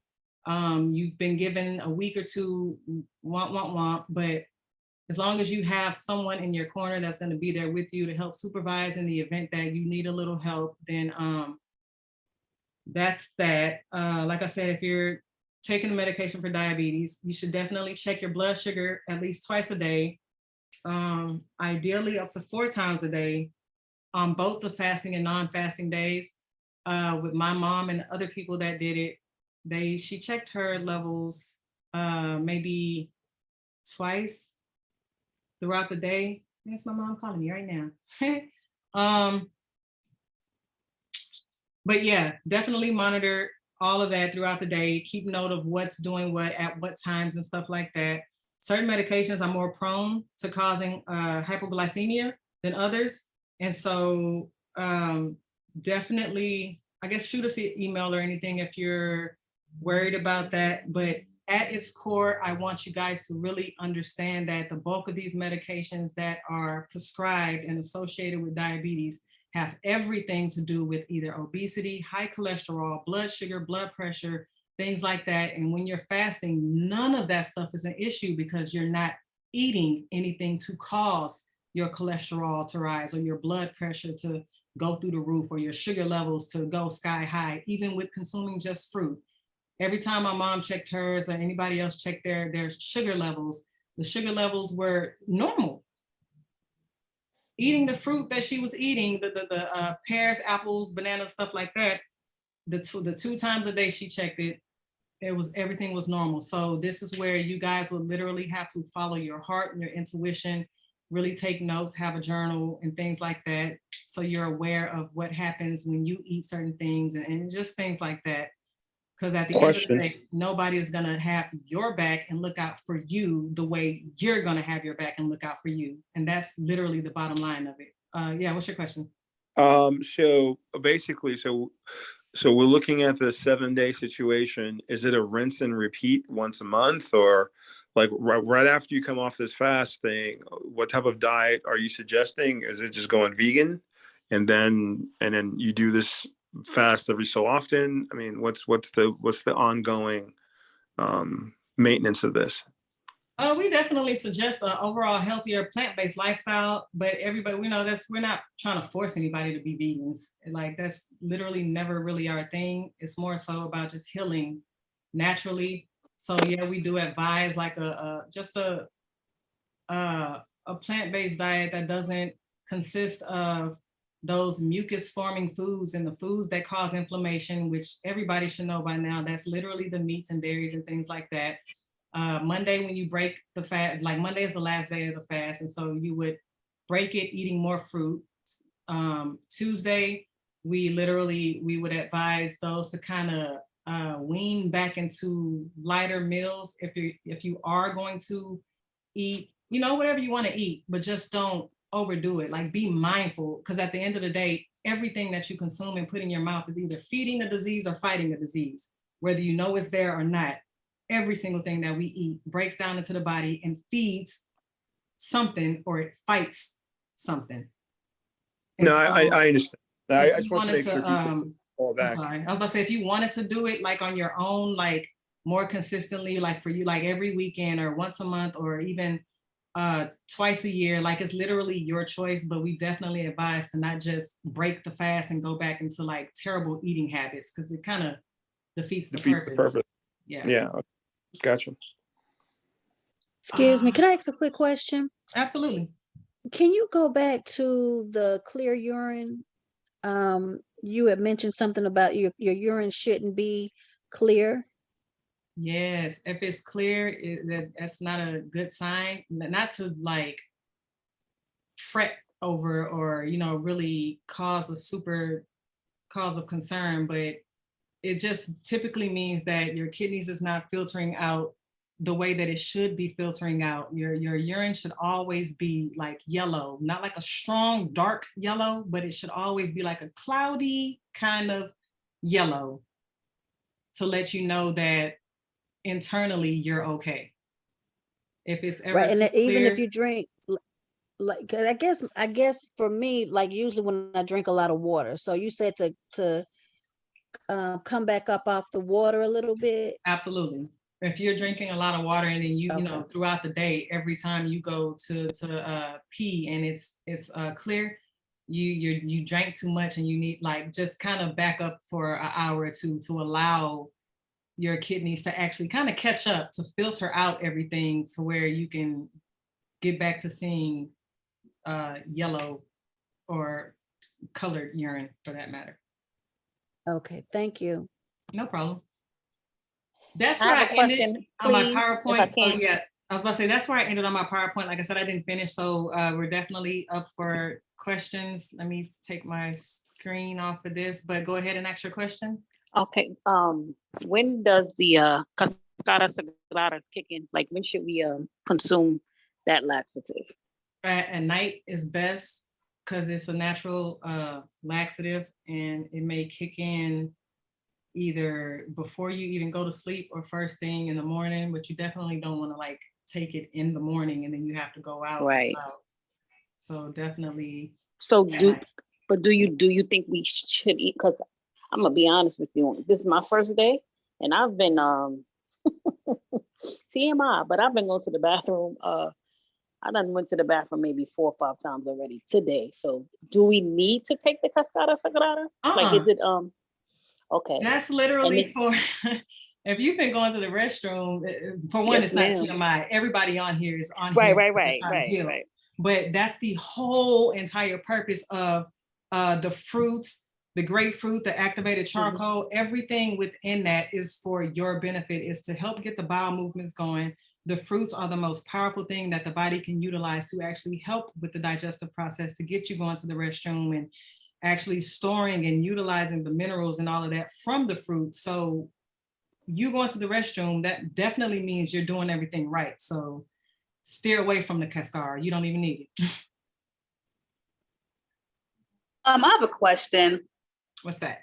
You mentioned earlier that when you plan on making a smoothie, to keep the fruits blended according to classification, like the berries with the berries, the melons with the melons. I plan on like making a fruit salad. So should I keep that same, mindset? Keep Yes. my fruit salad just to be certain types of fruit. And if I want a different type of fruit salad, make a different type of fruit salad. So I shouldn't be combining all the different fruits that I have. Correct. And that's simply because it could cause your digestive system to get a little backed up while it's focusing on trying to digest a multitude of things that shouldn't be paired together. It's almost like we tell people whenever you're eating, if you drink alkaline water, do not drink alkaline water at least 30 minutes before you eat and wait at least 30 to 45 minutes after you eat. And this is simply because when you're drinking this alkaline water, on average, our blood is naturally alkaline, yes, but some organs within us are acidic, including the stomach itself. The stomach is the most acidic organ within us with pH of like 1.5 to 2.5. And that acidity is what helps to break down everything that we consume to try and make the digestive process a little bit easier. Because if that acidity or that acid wasn't there, it would almost be impossible for the bodies to actually break down what we're eating. And so when you drink alkaline water and it gets into your actual stomach, it causes an imbalance. And so when you eat after drinking alkaline water, your stomach isn't as acidic as it normally would be because you just drank alkaline water. So instead of your stomach having a pH of 2.5 that can literally dissolve a penny, now your stomach's pH is now 5.5 or something. And so it's literally slows down the digestive process because you've taken away from some of the acid, some of the acidity that was there beforehand. So it's always best to wait to allow that to go back down to its regular pH for a more smooth digestive process. So it's the same thing when you're eating these fruits and stuff like that. When you eat a melon, that melons are the most like water content detoxifying fruits there is. Watermelon is the most detoxifying fruit there is. If you eat this watermelon that has an alkalizing effect within the body, and then you turn around and eat citrus, which is acidic for the most part, that's a clash, because now instead of your body focusing on one thing, it's focusing on two things that has two different properties that's going to two different or three or four different organs and stuff like that. And so it'll just cause where we get the bloating and the cramps and the stomach aches and stuff like that. The majority of the time, that's where stuff like that comes from, because we're pairing all the wrong things together and it's causing a problem within that digestive process. I hope that made sense. Yeah, it did. Thank you. Awesome. It did. Can I have a clarification on that? Sure. And can you provide a source for us to identify which fruits should not be eaten with each other? Absolutely. Ash has that. I got to get it from her. It was in a book. Dr. Laila Africa actually breaks that down in regards to fruit pairing and what fruits to pair with each other and what not to pair. And so I'll get that from her and I'll send that out in an email as well. Thank you. No problem. Let's see. Can I ask this last one, I think, for the night? Should we stop drinking water at, what is it? 8 o'clock? Should we stop? No, you can keep drinking water. You can keep going, okay. Yeah. For however long Even when we're just doing the water, the 3 days that we're just doing water, we can still continue to just drink. Also, I do usually upon awakening, I do key lime and warm water.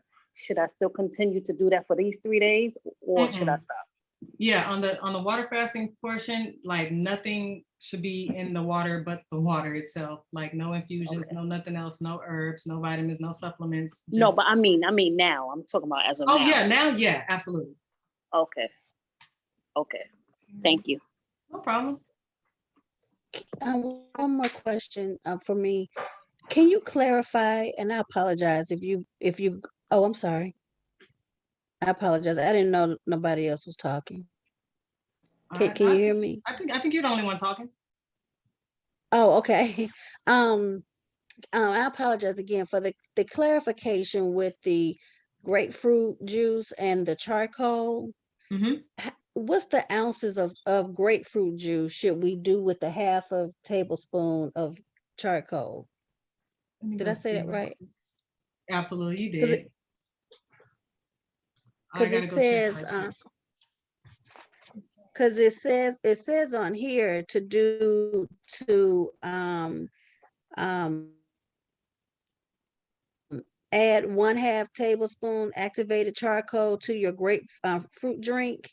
So I was just wondering, I know for the G we blend and it says 16 ounces, 20 ounces, but I just wanted to make sure, see if there was a difference with GA, with the grapefruit. They're all the Yeah. same. No matter what you're using, the ounces for the juice is definitely the same. So, So 16 ounce or the yes. 20 ounce. 16 ounces, Okay. 16 ounces. One grapefruit, 16 ounces of water, or the juice itself, 20 ounces with that charcoal. And that's simply because it's water in grapefruit, and that water content alone is enough it's way more than enough. Like I said, Okay. the water and fruits are more powerful than any other water we could drink. So, yeah. Okay. Someone asked, what does the thank you. activated charcoal do? Oh, it's like it's detoxifies. It's activated The charcoal. kidneys? Huh? What? I said the kidneys or everything? Wait, I can't hear you because you I'm sorry. I said, what does it do? Someone asked in the question box, like, what does the activated charcoal do? Oh, it's it promotes like to less gas and bloating. It lowers your cholesterol levels. It improves the kidney. It helps filter the water. Like I just got through saying about your urine being clear. The activated charcoal helps actually filter the water that's within us to help that filtering process for the kidneys better or more beneficial. It's so much stuff that if you've ever woke up with a hangover, alcohol poisoning or something, activated charcoal can help with that. It just helps to cleanse and filter out microparticles, chemicals, toxins, bacteria. It literally helps to get all of that out of the bloodstream. What do you normally buy it at? What is normal store, or what do you pick? You have to go to the health food store, or where? Yeah, you can get it at any health food store, natural food store. They have them in capsules. You can get them on Amazon. Yeah, they're around. It's around. Okay. Is it normal for it to I have a have question. coconut in it? Okay. Wait a minute. What was the other question? Is it normal to what? Okay, I have a question. Activated charcoal to have coconut in it? Is it normal to have coconut in it? Yeah, the ones I've seen, it says activated charcoal with coconut. Yeah, I don't think it's normal. I We didn't would think so. always advise for it to take it like by itself, or like That's what I not thought, taking yeah. it by itself, but if you're buying it, buy it by itself, and then you determine Right. what you want to put it in. Thank you. Yeah. I have a question. What's your question? So when you taking the can you hear me? Uh-huh. Okay, when you're taking the okay, when it's like for the 12 o'clock when it has G/A, do you put the CMOS in there, or in the just the one with the at 2 o'clock? When do you put the CMOS? Because I don't want it in my fruit. Because I was about to say, honestly, me personally, I take CMOS all day, so I would put it in all of them, a tablespoon in all of them. But you can put it in a 12 o'clock one, or whichever one that you want to put it in, as long as you're getting that your mineral content in from the CMOS, because the CMOS is loaded with minerals, and that's the purpose of even including it in this fast, because it's helping to get the mucus out of the body and so much other things. But I thought if you take it when you take it with the activated charcoal, it's gonna expel the CMOS. you know, because you know the directions is it tells you like take your medication before like 30 minutes before or something like that, because you won't get the benefit of the CMOS. So should I take it with the you know what I'm saying? Whenever you're taking CMOS, as long as you're taking it with natural herbs and stuff, like activated charcoal is considered natural. It's not like a medication. And so that's really where the difference comes in at. So a follow-up question to the CMOS. The capsules I got, it says to only take 2, but when I was trying to make a tablespoon out of that, and it was 8 capsules. So what should I do? How much should I intake? Are you talking about just the consume it? Because yeah, for the basically, whenever you're taking the capsules, you're getting a more potent form than you are the gel. The gel is diluted with water, but the capsules is the actual CMOS just grinded up and made into powder form. And so you don't have to equate the same amount that you would try to accomplish with the gel with the capsules. With the capsules, you're good because that's straight CMOS. Gotcha. Okay. Probably took too much, but all right. You good. Oh, one more question. Quick question, I'm sorry. How much, or can we eat walnuts throughout the day, like after 11 or just anytime? Yeah. Yes. Cool. Okay, thank you. Yes, outside of the fruits that you have on the handout, can we eat other fruits than that? Can like pineapple or kiwi? Yeah, absolutely.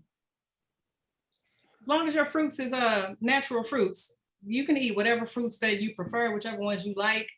That's all. It's all on you. As long as it's like the real deal and not, like the grapes we see in the store all the time that ain't got the seeds in it, or the little personal mini watermelons that says organic seedless watermelon. Right. Okay. Thank you. Yeah.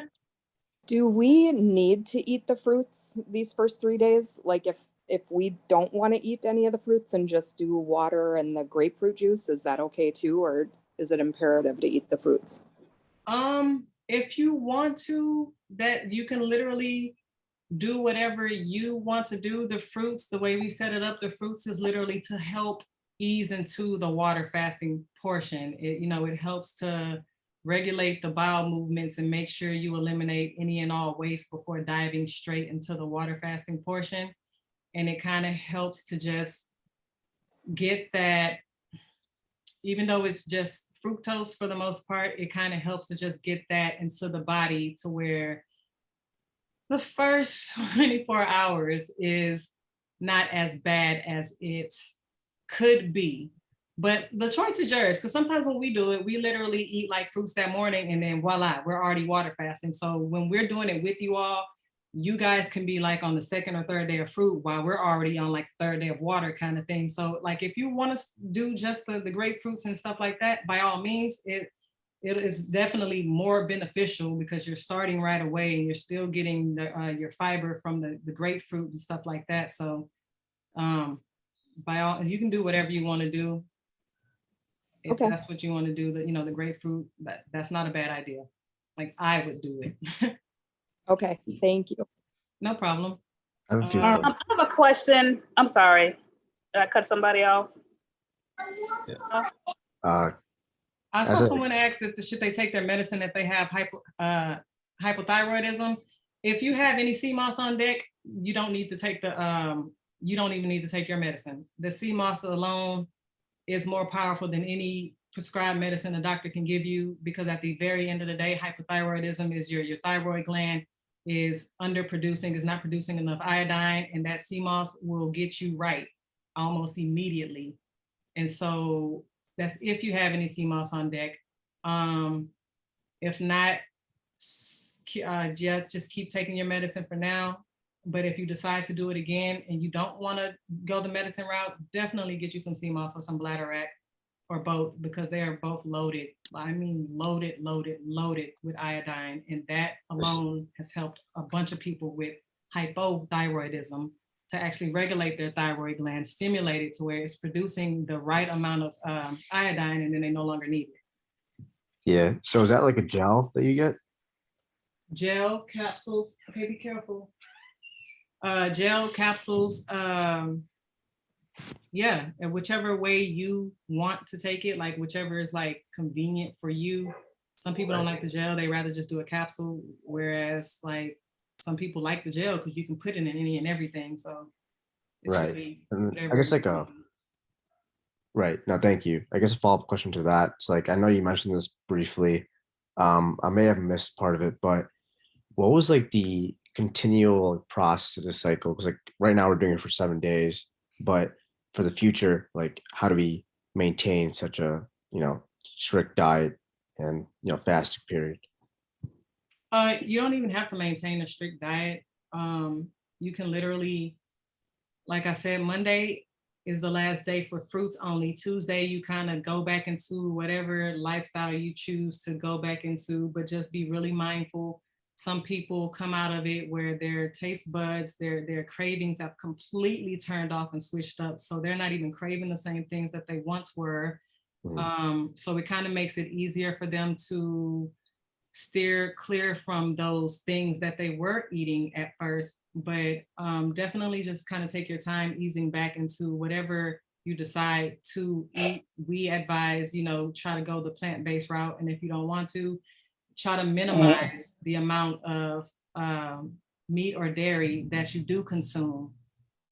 But other than that, like we say, the choice, like it's, your body, your choice. So whatever you choose to do at the end of the 7 days, then that's up to you. But hopefully with the knowledge and stuff that we give, it kind of holds you to your journey, especially if you benefit from it and you see amazing results, as many people do. Yeah. No, thank you. Appreciate it. No problem. Question.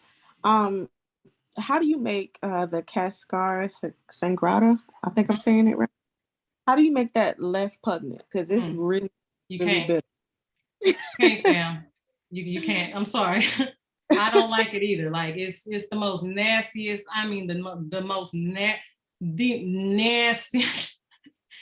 It is nasty. Like just the smell of it. Once it get in your nose, it's just like, man, it ain't nothing you can do about it. Capsules is like my go-to. Take it and that's it. But like drinking it as a tea, Yeah, because I have the I guess the chips, and they say do 2 tablespoons to like an ounce cup of tea, but that is really strong. Yep, you can't get around it either. Hold your Is there nose and throw it back. Is there a place, or do you have a recommendation for where to get the capsules? Which ones? What she was just talking about. I'm not even. Oh, the Cascara Sagrada capsules. We got them on our website. So if you want to get them from us, we definitely have the capsules on our website. If not, just Amazon, Whole Foods. I don't know, where you live or what's in your area, but any natural food store should have. No, I'm lying, because they took it off the market. FDA doesn't even approve most of these herbs. But you have them, so I'll touch base with you. Okay. Thank you. Is there I a have a difference question. between the activated charcoal and just charcoal powder? You said, and is it required to have the activated? Definitely the activated. It's something about the process that the activated goes through. And that's what makes it different than just the regular charcoal. But both are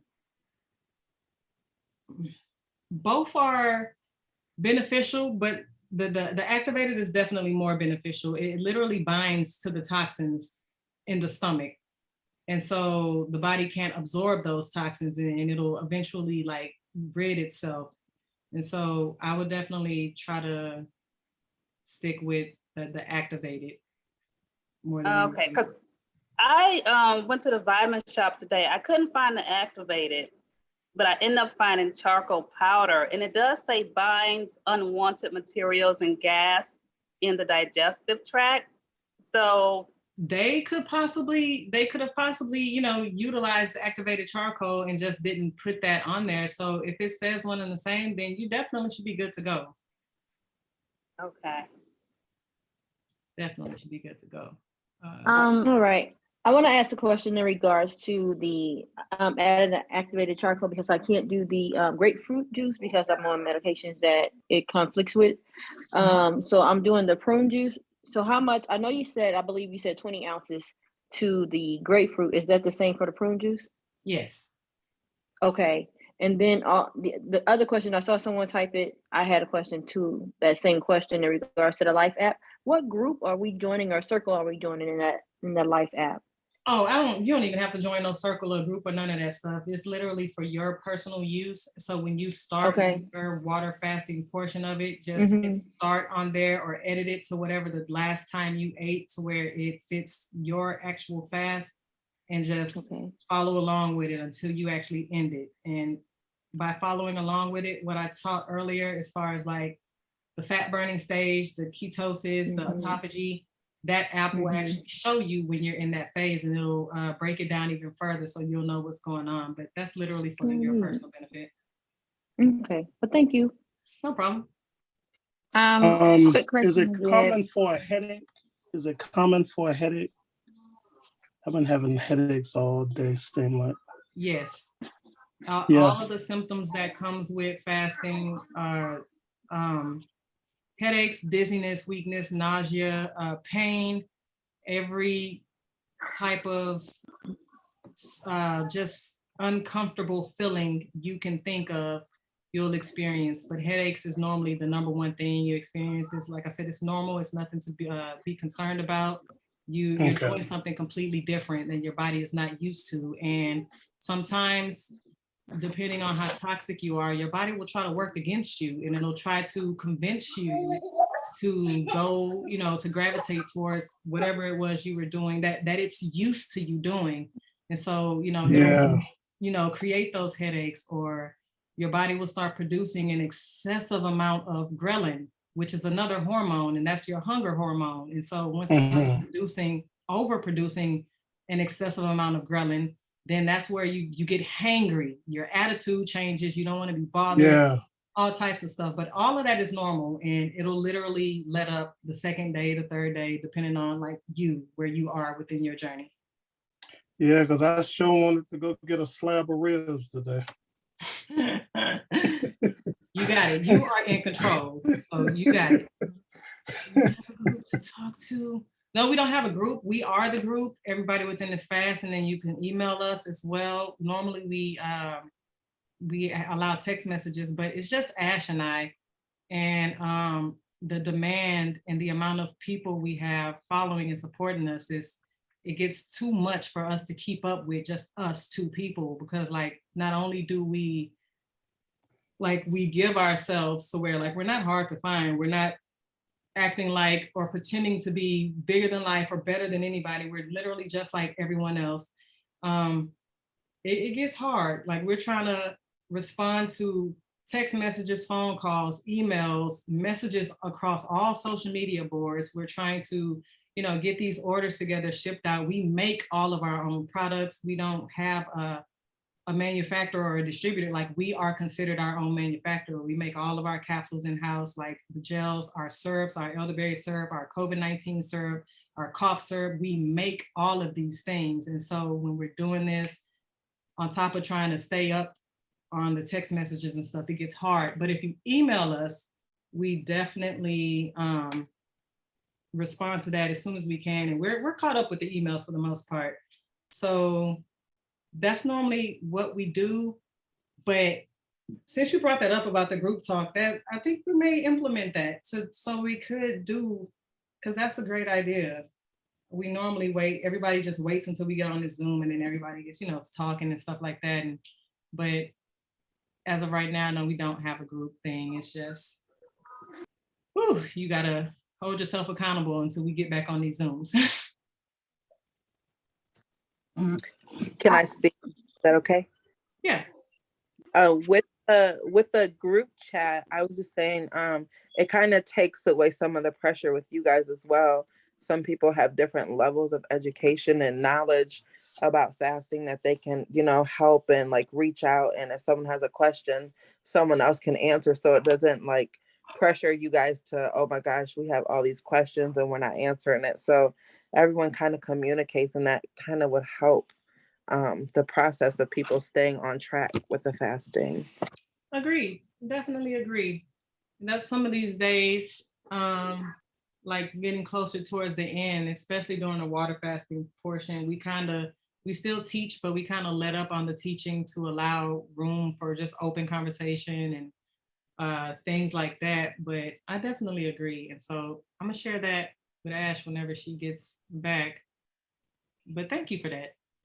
It might also be useful for transitioning after the fast is over. So, ideas for what to eat and maybe recipes or something like that to Oh yeah, transition we out of. normally provide all of that. Like when I say people were, and it's funny because it doesn't phase us, but you have people saying, why would anybody pay for these fasts? And the information is free, Google is free, but they don't understand, or they don't know us. They don't know our hearts. They don't know how passionate and how serious we are. They don't know that during these fasts, we do provide cookbooks, recipe books. When I say we provide so much stuff, we used to actually provide the herbs, but it got too much for us to try to ship out all the herbs and stuff like that. So we stopped that, but you will definitely get cookbooks, recipe books, and all types of stuff, whether it's alkaline recipe books to regular vegan cookbooks. We provide a multitude of things. So whichever lifestyle anybody is trying to transition to, there's a cookbook for every last bit of that. And so we don't just, leave you hanging or anything like that, but you will get some goodies. All right, so is it normal? I've done a water fast before. I think the most I've done was like 60 days, and that was pushing it. But now I get back into it, and it's like while I'm drinking water, like from the schedule, I think was from 8 to like 2 or something like that. I'm fine and I feel full. I'm not hungry. But as we got closer to like 4 or like 2 to 4 o'clock, I'm like craving something. I just want to eat. So is that normal, or is that just like a mental thing I have to break myself from? A little bit of both. Our bodies get adjusted to our own circadian rhythm. And so whatever you're used to doing, that's what your body is used to you doing. And so it's expecting you to do that same thing and to keep up on that same thing. And so when you stop, it's almost like you're shocking your body. Like your body is shocked. Like, no, I can't believe she got the audacity to stop eating. Like, as crazy as that sounds, that's literally what's going on. So if you're experiencing that around a certain time every day, then that's what that is. And especially, what times did you say that was? It was between 2 and 4. And see, according to like the body clocks, and that's the thing with us, like we study from so many different things, we pull from different cultures, and we try to put everything together so you get a little bit of everything. But the Chinese use a Chinese body clock in accordance to the organs within the body. This is an actual blog on our website. We blogged about it. So if anybody want to check it out, it's definitely on there. I can post it in the chat before we get off. But between 2 and 4, the organs that the body is really focused on is the small intestine and the bladder. And so between 2 and like 3 is the small intestines. That's when like the food is being absorbed. You normally have low energy. You really feel like taking a nap around 2 o'clock. 3 and 4, the bladder, like literally that's where your energy is restored. You're going to the restroom a lot. You feel like you can do a little bit more around that time.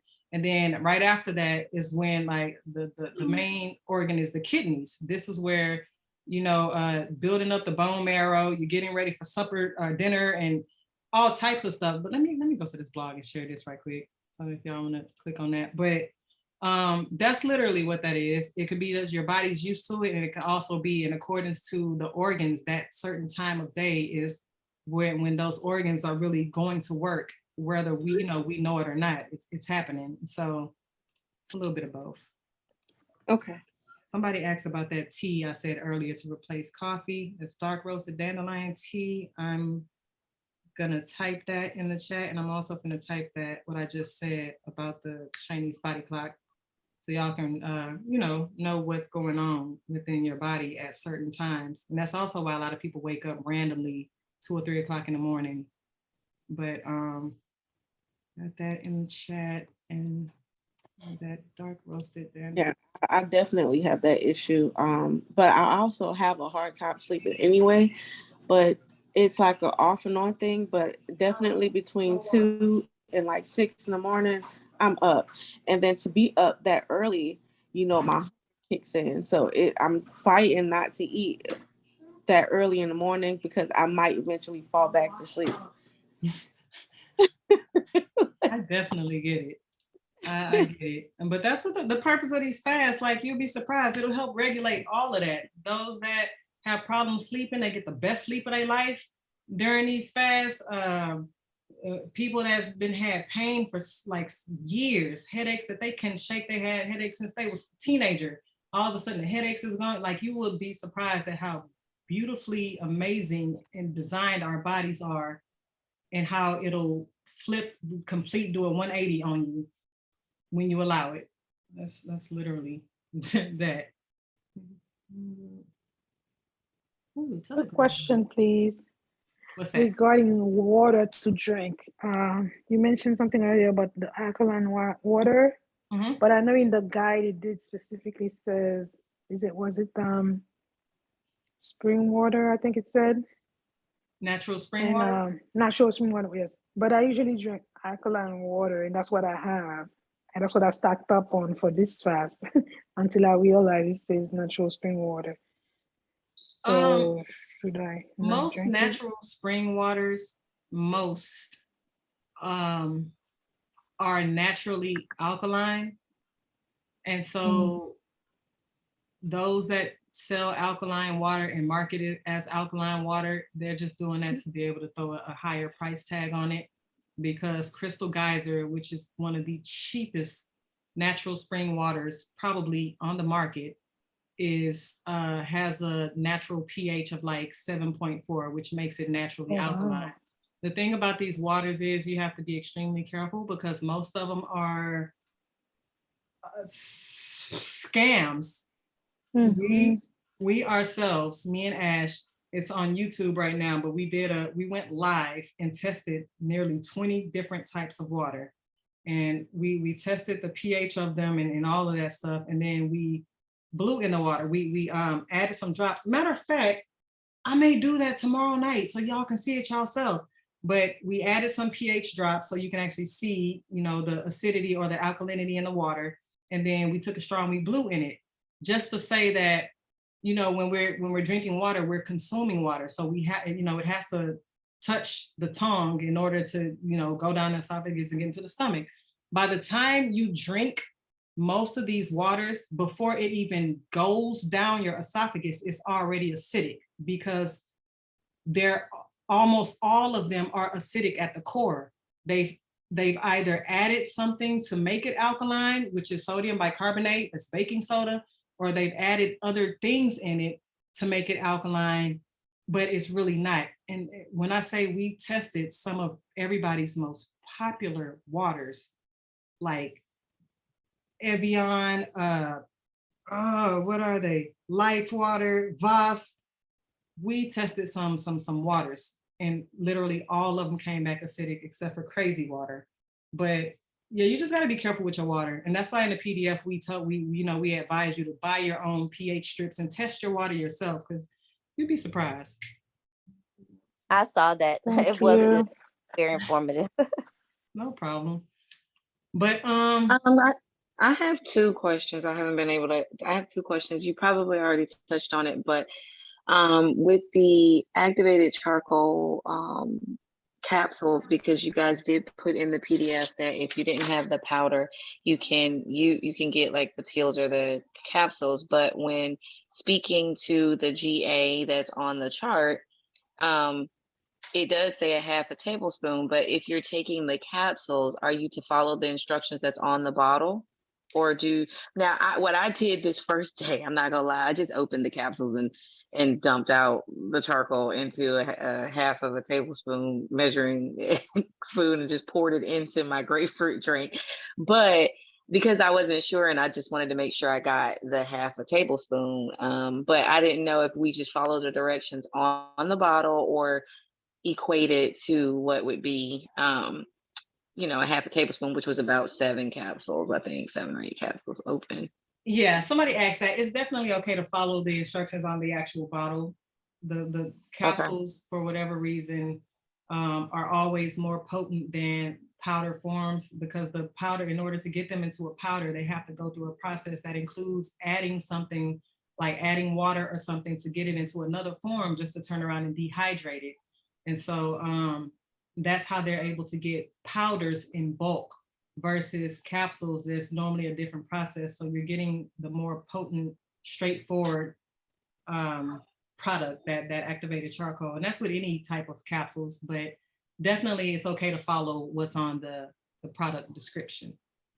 Okay, so if it's saying to take 2 or 3, if it's saying take 3 a day or take 2-3 times a day, I would do those 2 at I'm assuming at the first GA, and then do the other 2 at the second GA, which was in this case for today, it would have been 12 and 7. Yes. Okay.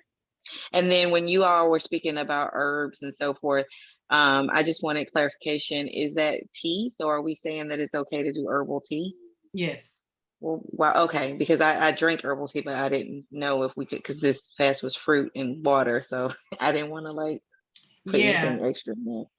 With the document that we sent out, it's definitely okay. It's fruit and water for the most part, but it's definitely okay to include herbs, those nuts and seeds and stuff like that, just for the extra added benefits, to make sure you're receiving a little bit of everything here and there. But it's definitely okay to drink the herbal teas these first 3 days and the last day. Okay. Oh, great. Thank you. Yeah. Okay. Thank you so much. No problem. So are the nuts and seeds strictly for diabetics, or is it for everyone during the fast? Everyone. Okay. It's there if you want to snack on some nuts and seeds throughout the day, if you want to use it to make your own milk and use that for your smoothies, just so your smoothies can have more minerals and vitamins in it, then you can do that. But it's definitely just extra to snack on during the day. Oh, that's the other one. Do you guys have I went on your site and I could have overlooked it. Not the site, but Instagram. Did you all ever show how to make the milk, the natural milk? I mean, I'm pretty sure I can find it on YouTube, but I kind of want to stick with you all right now with your teachings and not have too many different influences right now. Yeah, we actually sent that in an email. I want to say maybe yesterday. The email that we sent out yesterday actually had a video of us showing how to make the milk. I need to check mine. I look at my email on my phone, so I probably need to pull it up on my laptop because I don't. Let me double check. I can go. And you have one of you on Instagram. It's still on your page with you making the almond milk as well. So yes. Ooh, cool. Okay. I'm gonna have to go find that one. Thank you. Yeah, because when I saw the PDF, I was like, I would love to do that, but I don't know how to make milk. Yeah, it's really simple. I just found it, and so I'm about to just go ahead and drop it in the chat right quick, and then you can kind of just take it from there. But yeah, and it's pretty easy. The same way I'm showing how to make it, you can do the exact same thing using I sent that to somebody and not everybody, sorry. Using whatever nut choice or whatever, or hemp seeds or oats or whatever it is, you can make it the same exact way, just switch out the walnuts, because I showed how to do it with walnuts here. But yeah, you can make it with anything: Brazil nuts, cashews, hemp seeds, oats, whatever your preferred choice, except for almonds. I don't know if you guys like almond milk, but almonds contain cyanide. Too much over that over time builds up and actually causes or can cause cancer or feed into cancerous cells that may be already present within the body. So kind of take it easy on the almonds, y'all. Can you also add the document about the fruits, the ones you should eat together, the fruit groups together? Yeah, I gotta get that from Ash. She's out taking her mom some food, but Okay. whenever she gets back, I was gonna definitely send that out with the email once we send out tonight's recording, in which I have to get ready to wrap it up so that I can allow this recording to actually do its thing so that I can upload it. But I'm gonna be sending this recording, the fruit pairing chart, the references that I use in my PowerPoint today with those case studies and just everything, so you guys can, you know, kind of go see it for yourself. And was there anything else that I was supposed to send out? Or was that all I said I would send out this go around? I think that was everything. Okay, the fruit pairing chart, those references, and then this, you know, okay. So I do have yeah, a quick question with regard to fruit pairing. So, and I don't know if this will be covered in what you're going to be sending out, but with the fruit pairing. So, for example, I know that you were talking about, or I know someone else was mentioning fruit salads. If you're not doing fruit salads, if you're just eating fruit, is there a time frame between when you can eat like one group of fruit and then the other group of fruit? about half an hour.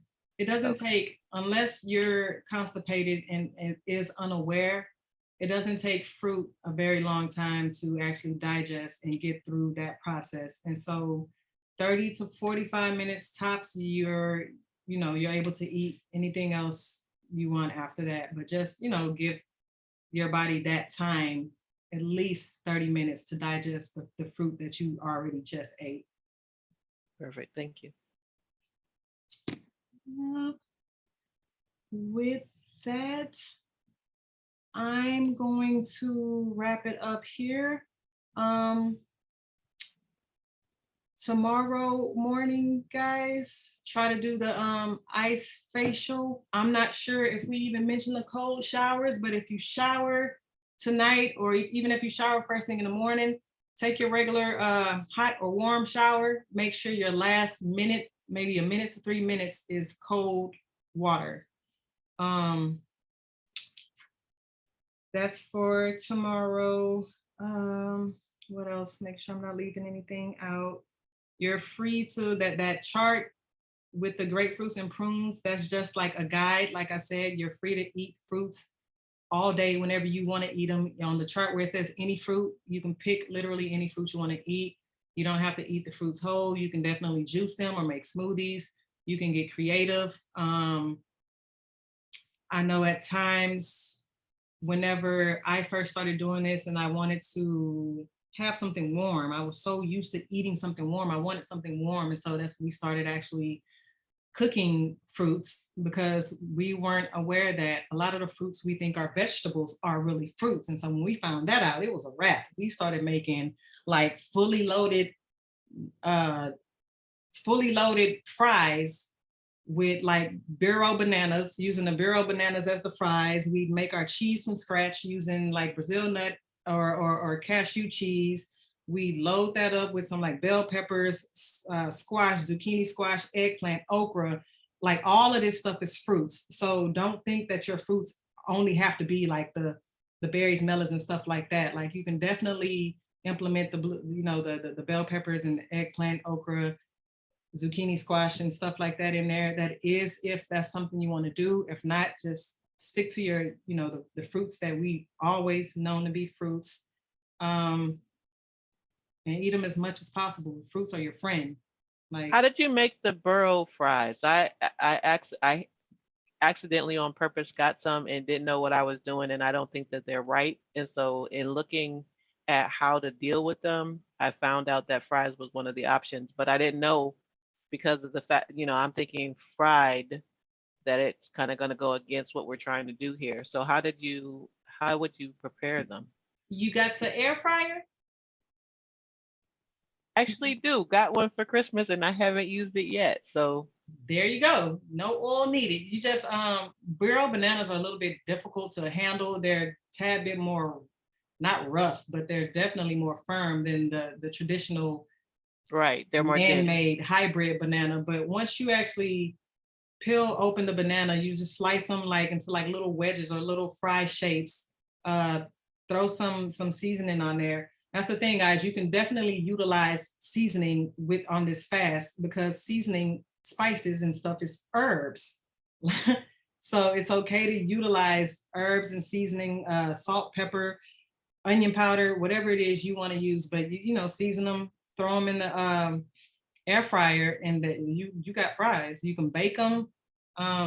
You can fry them if you want to. I wouldn't do them during this fast, but just future reference, if you want to fry them, you can definitely fry them. Just fry them in like avocado oil or grapeseed oil with very little oil, because it's really not that much. It doesn't take that much. But yeah, you just make them the same way you would if you bought some frozen fries from the store, and you just kind of take them, put them on the pan, and then throw them in the oven. You would do them the same way with the bananas. Season them and just throw them in the air fryer or oven, or you know, however you want to do them, and voila. Thank you so much, because I was about to throw them away. I took a bite of one today and was just like, what is this? So Yeah, thank you. it's different.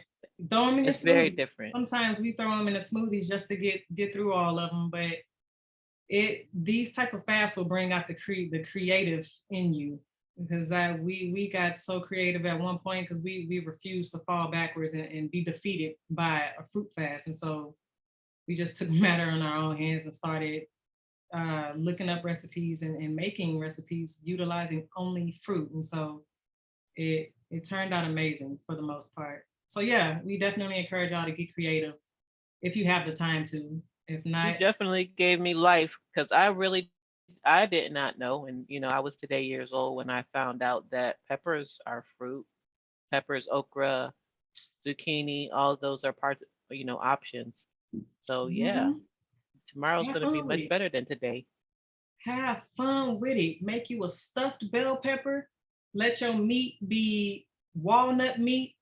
If you want to know how to make that, we probably gonna send. I think one of the cookbooks we send actually has how to make walnut meat in it. Tabitha Brown shares it. Tabitha Brown was one of our ambassadors, and so we definitely we shout her out a lot, because without her, like, we wouldn't have got as far as we got. But you know, she shows how to make meat using nuts and stuff like that. So yeah, I mean, you can get so creative. Stuff bell peppers with the walnut meat. Make you some cashew cheese or Brazil nut cheese. Slice up some little tomatoes or whatever you want to put on. Like, you can literally get so creative and still be eating fruits the whole time. Oh man, I need to call my mama back. But on that note, I hope everyone took home some information that they may have not known tonight, and it can kind of hold you to your journey. And tomorrow, not sure what I'm going to talk about yet, but tomorrow will be just as educational. And so come prepared. It probably won't go this long. If you guys have any questions, feel free to send an email. Like I said, we're caught up on the emails for now. And this email, as fast as this Zoom gets through processing once we get off, that's how fast, you know, I'll get to uploading it. With the references and everything else I said I would include. The only thing I would probably be waiting on is for Ash to get home so I can get that fruit pairing chart from her. But other than that, I hope you guys enjoyed day one. Definitely will see you all tomorrow, same time. I'll send out another link so that if there's an issue with the Zoom links for whatever reason, everybody will have the same one. But other than that, you guys hang in there. You got this. It's only going to get easier from here as far as the fruit fasting portion of it, that is. But y'all got this. Always understand and know your why you're doing it. Understand that nobody loves and looks out for you the way you love and look out for you. Always remember that. Keep that first. You are beautiful. You all are powerful. You are mighty. You are amazing human beings who have decided to take the next step to better your overall health and well-being. And that in itself says a lot about who you are and your character. We love y'all. Y'all love y'all. Here all we got. And I'm going to talk to y'all tomorrow. Thank Good you. night. Thank you. Good No problem. night. Thank you. Good night, everyone.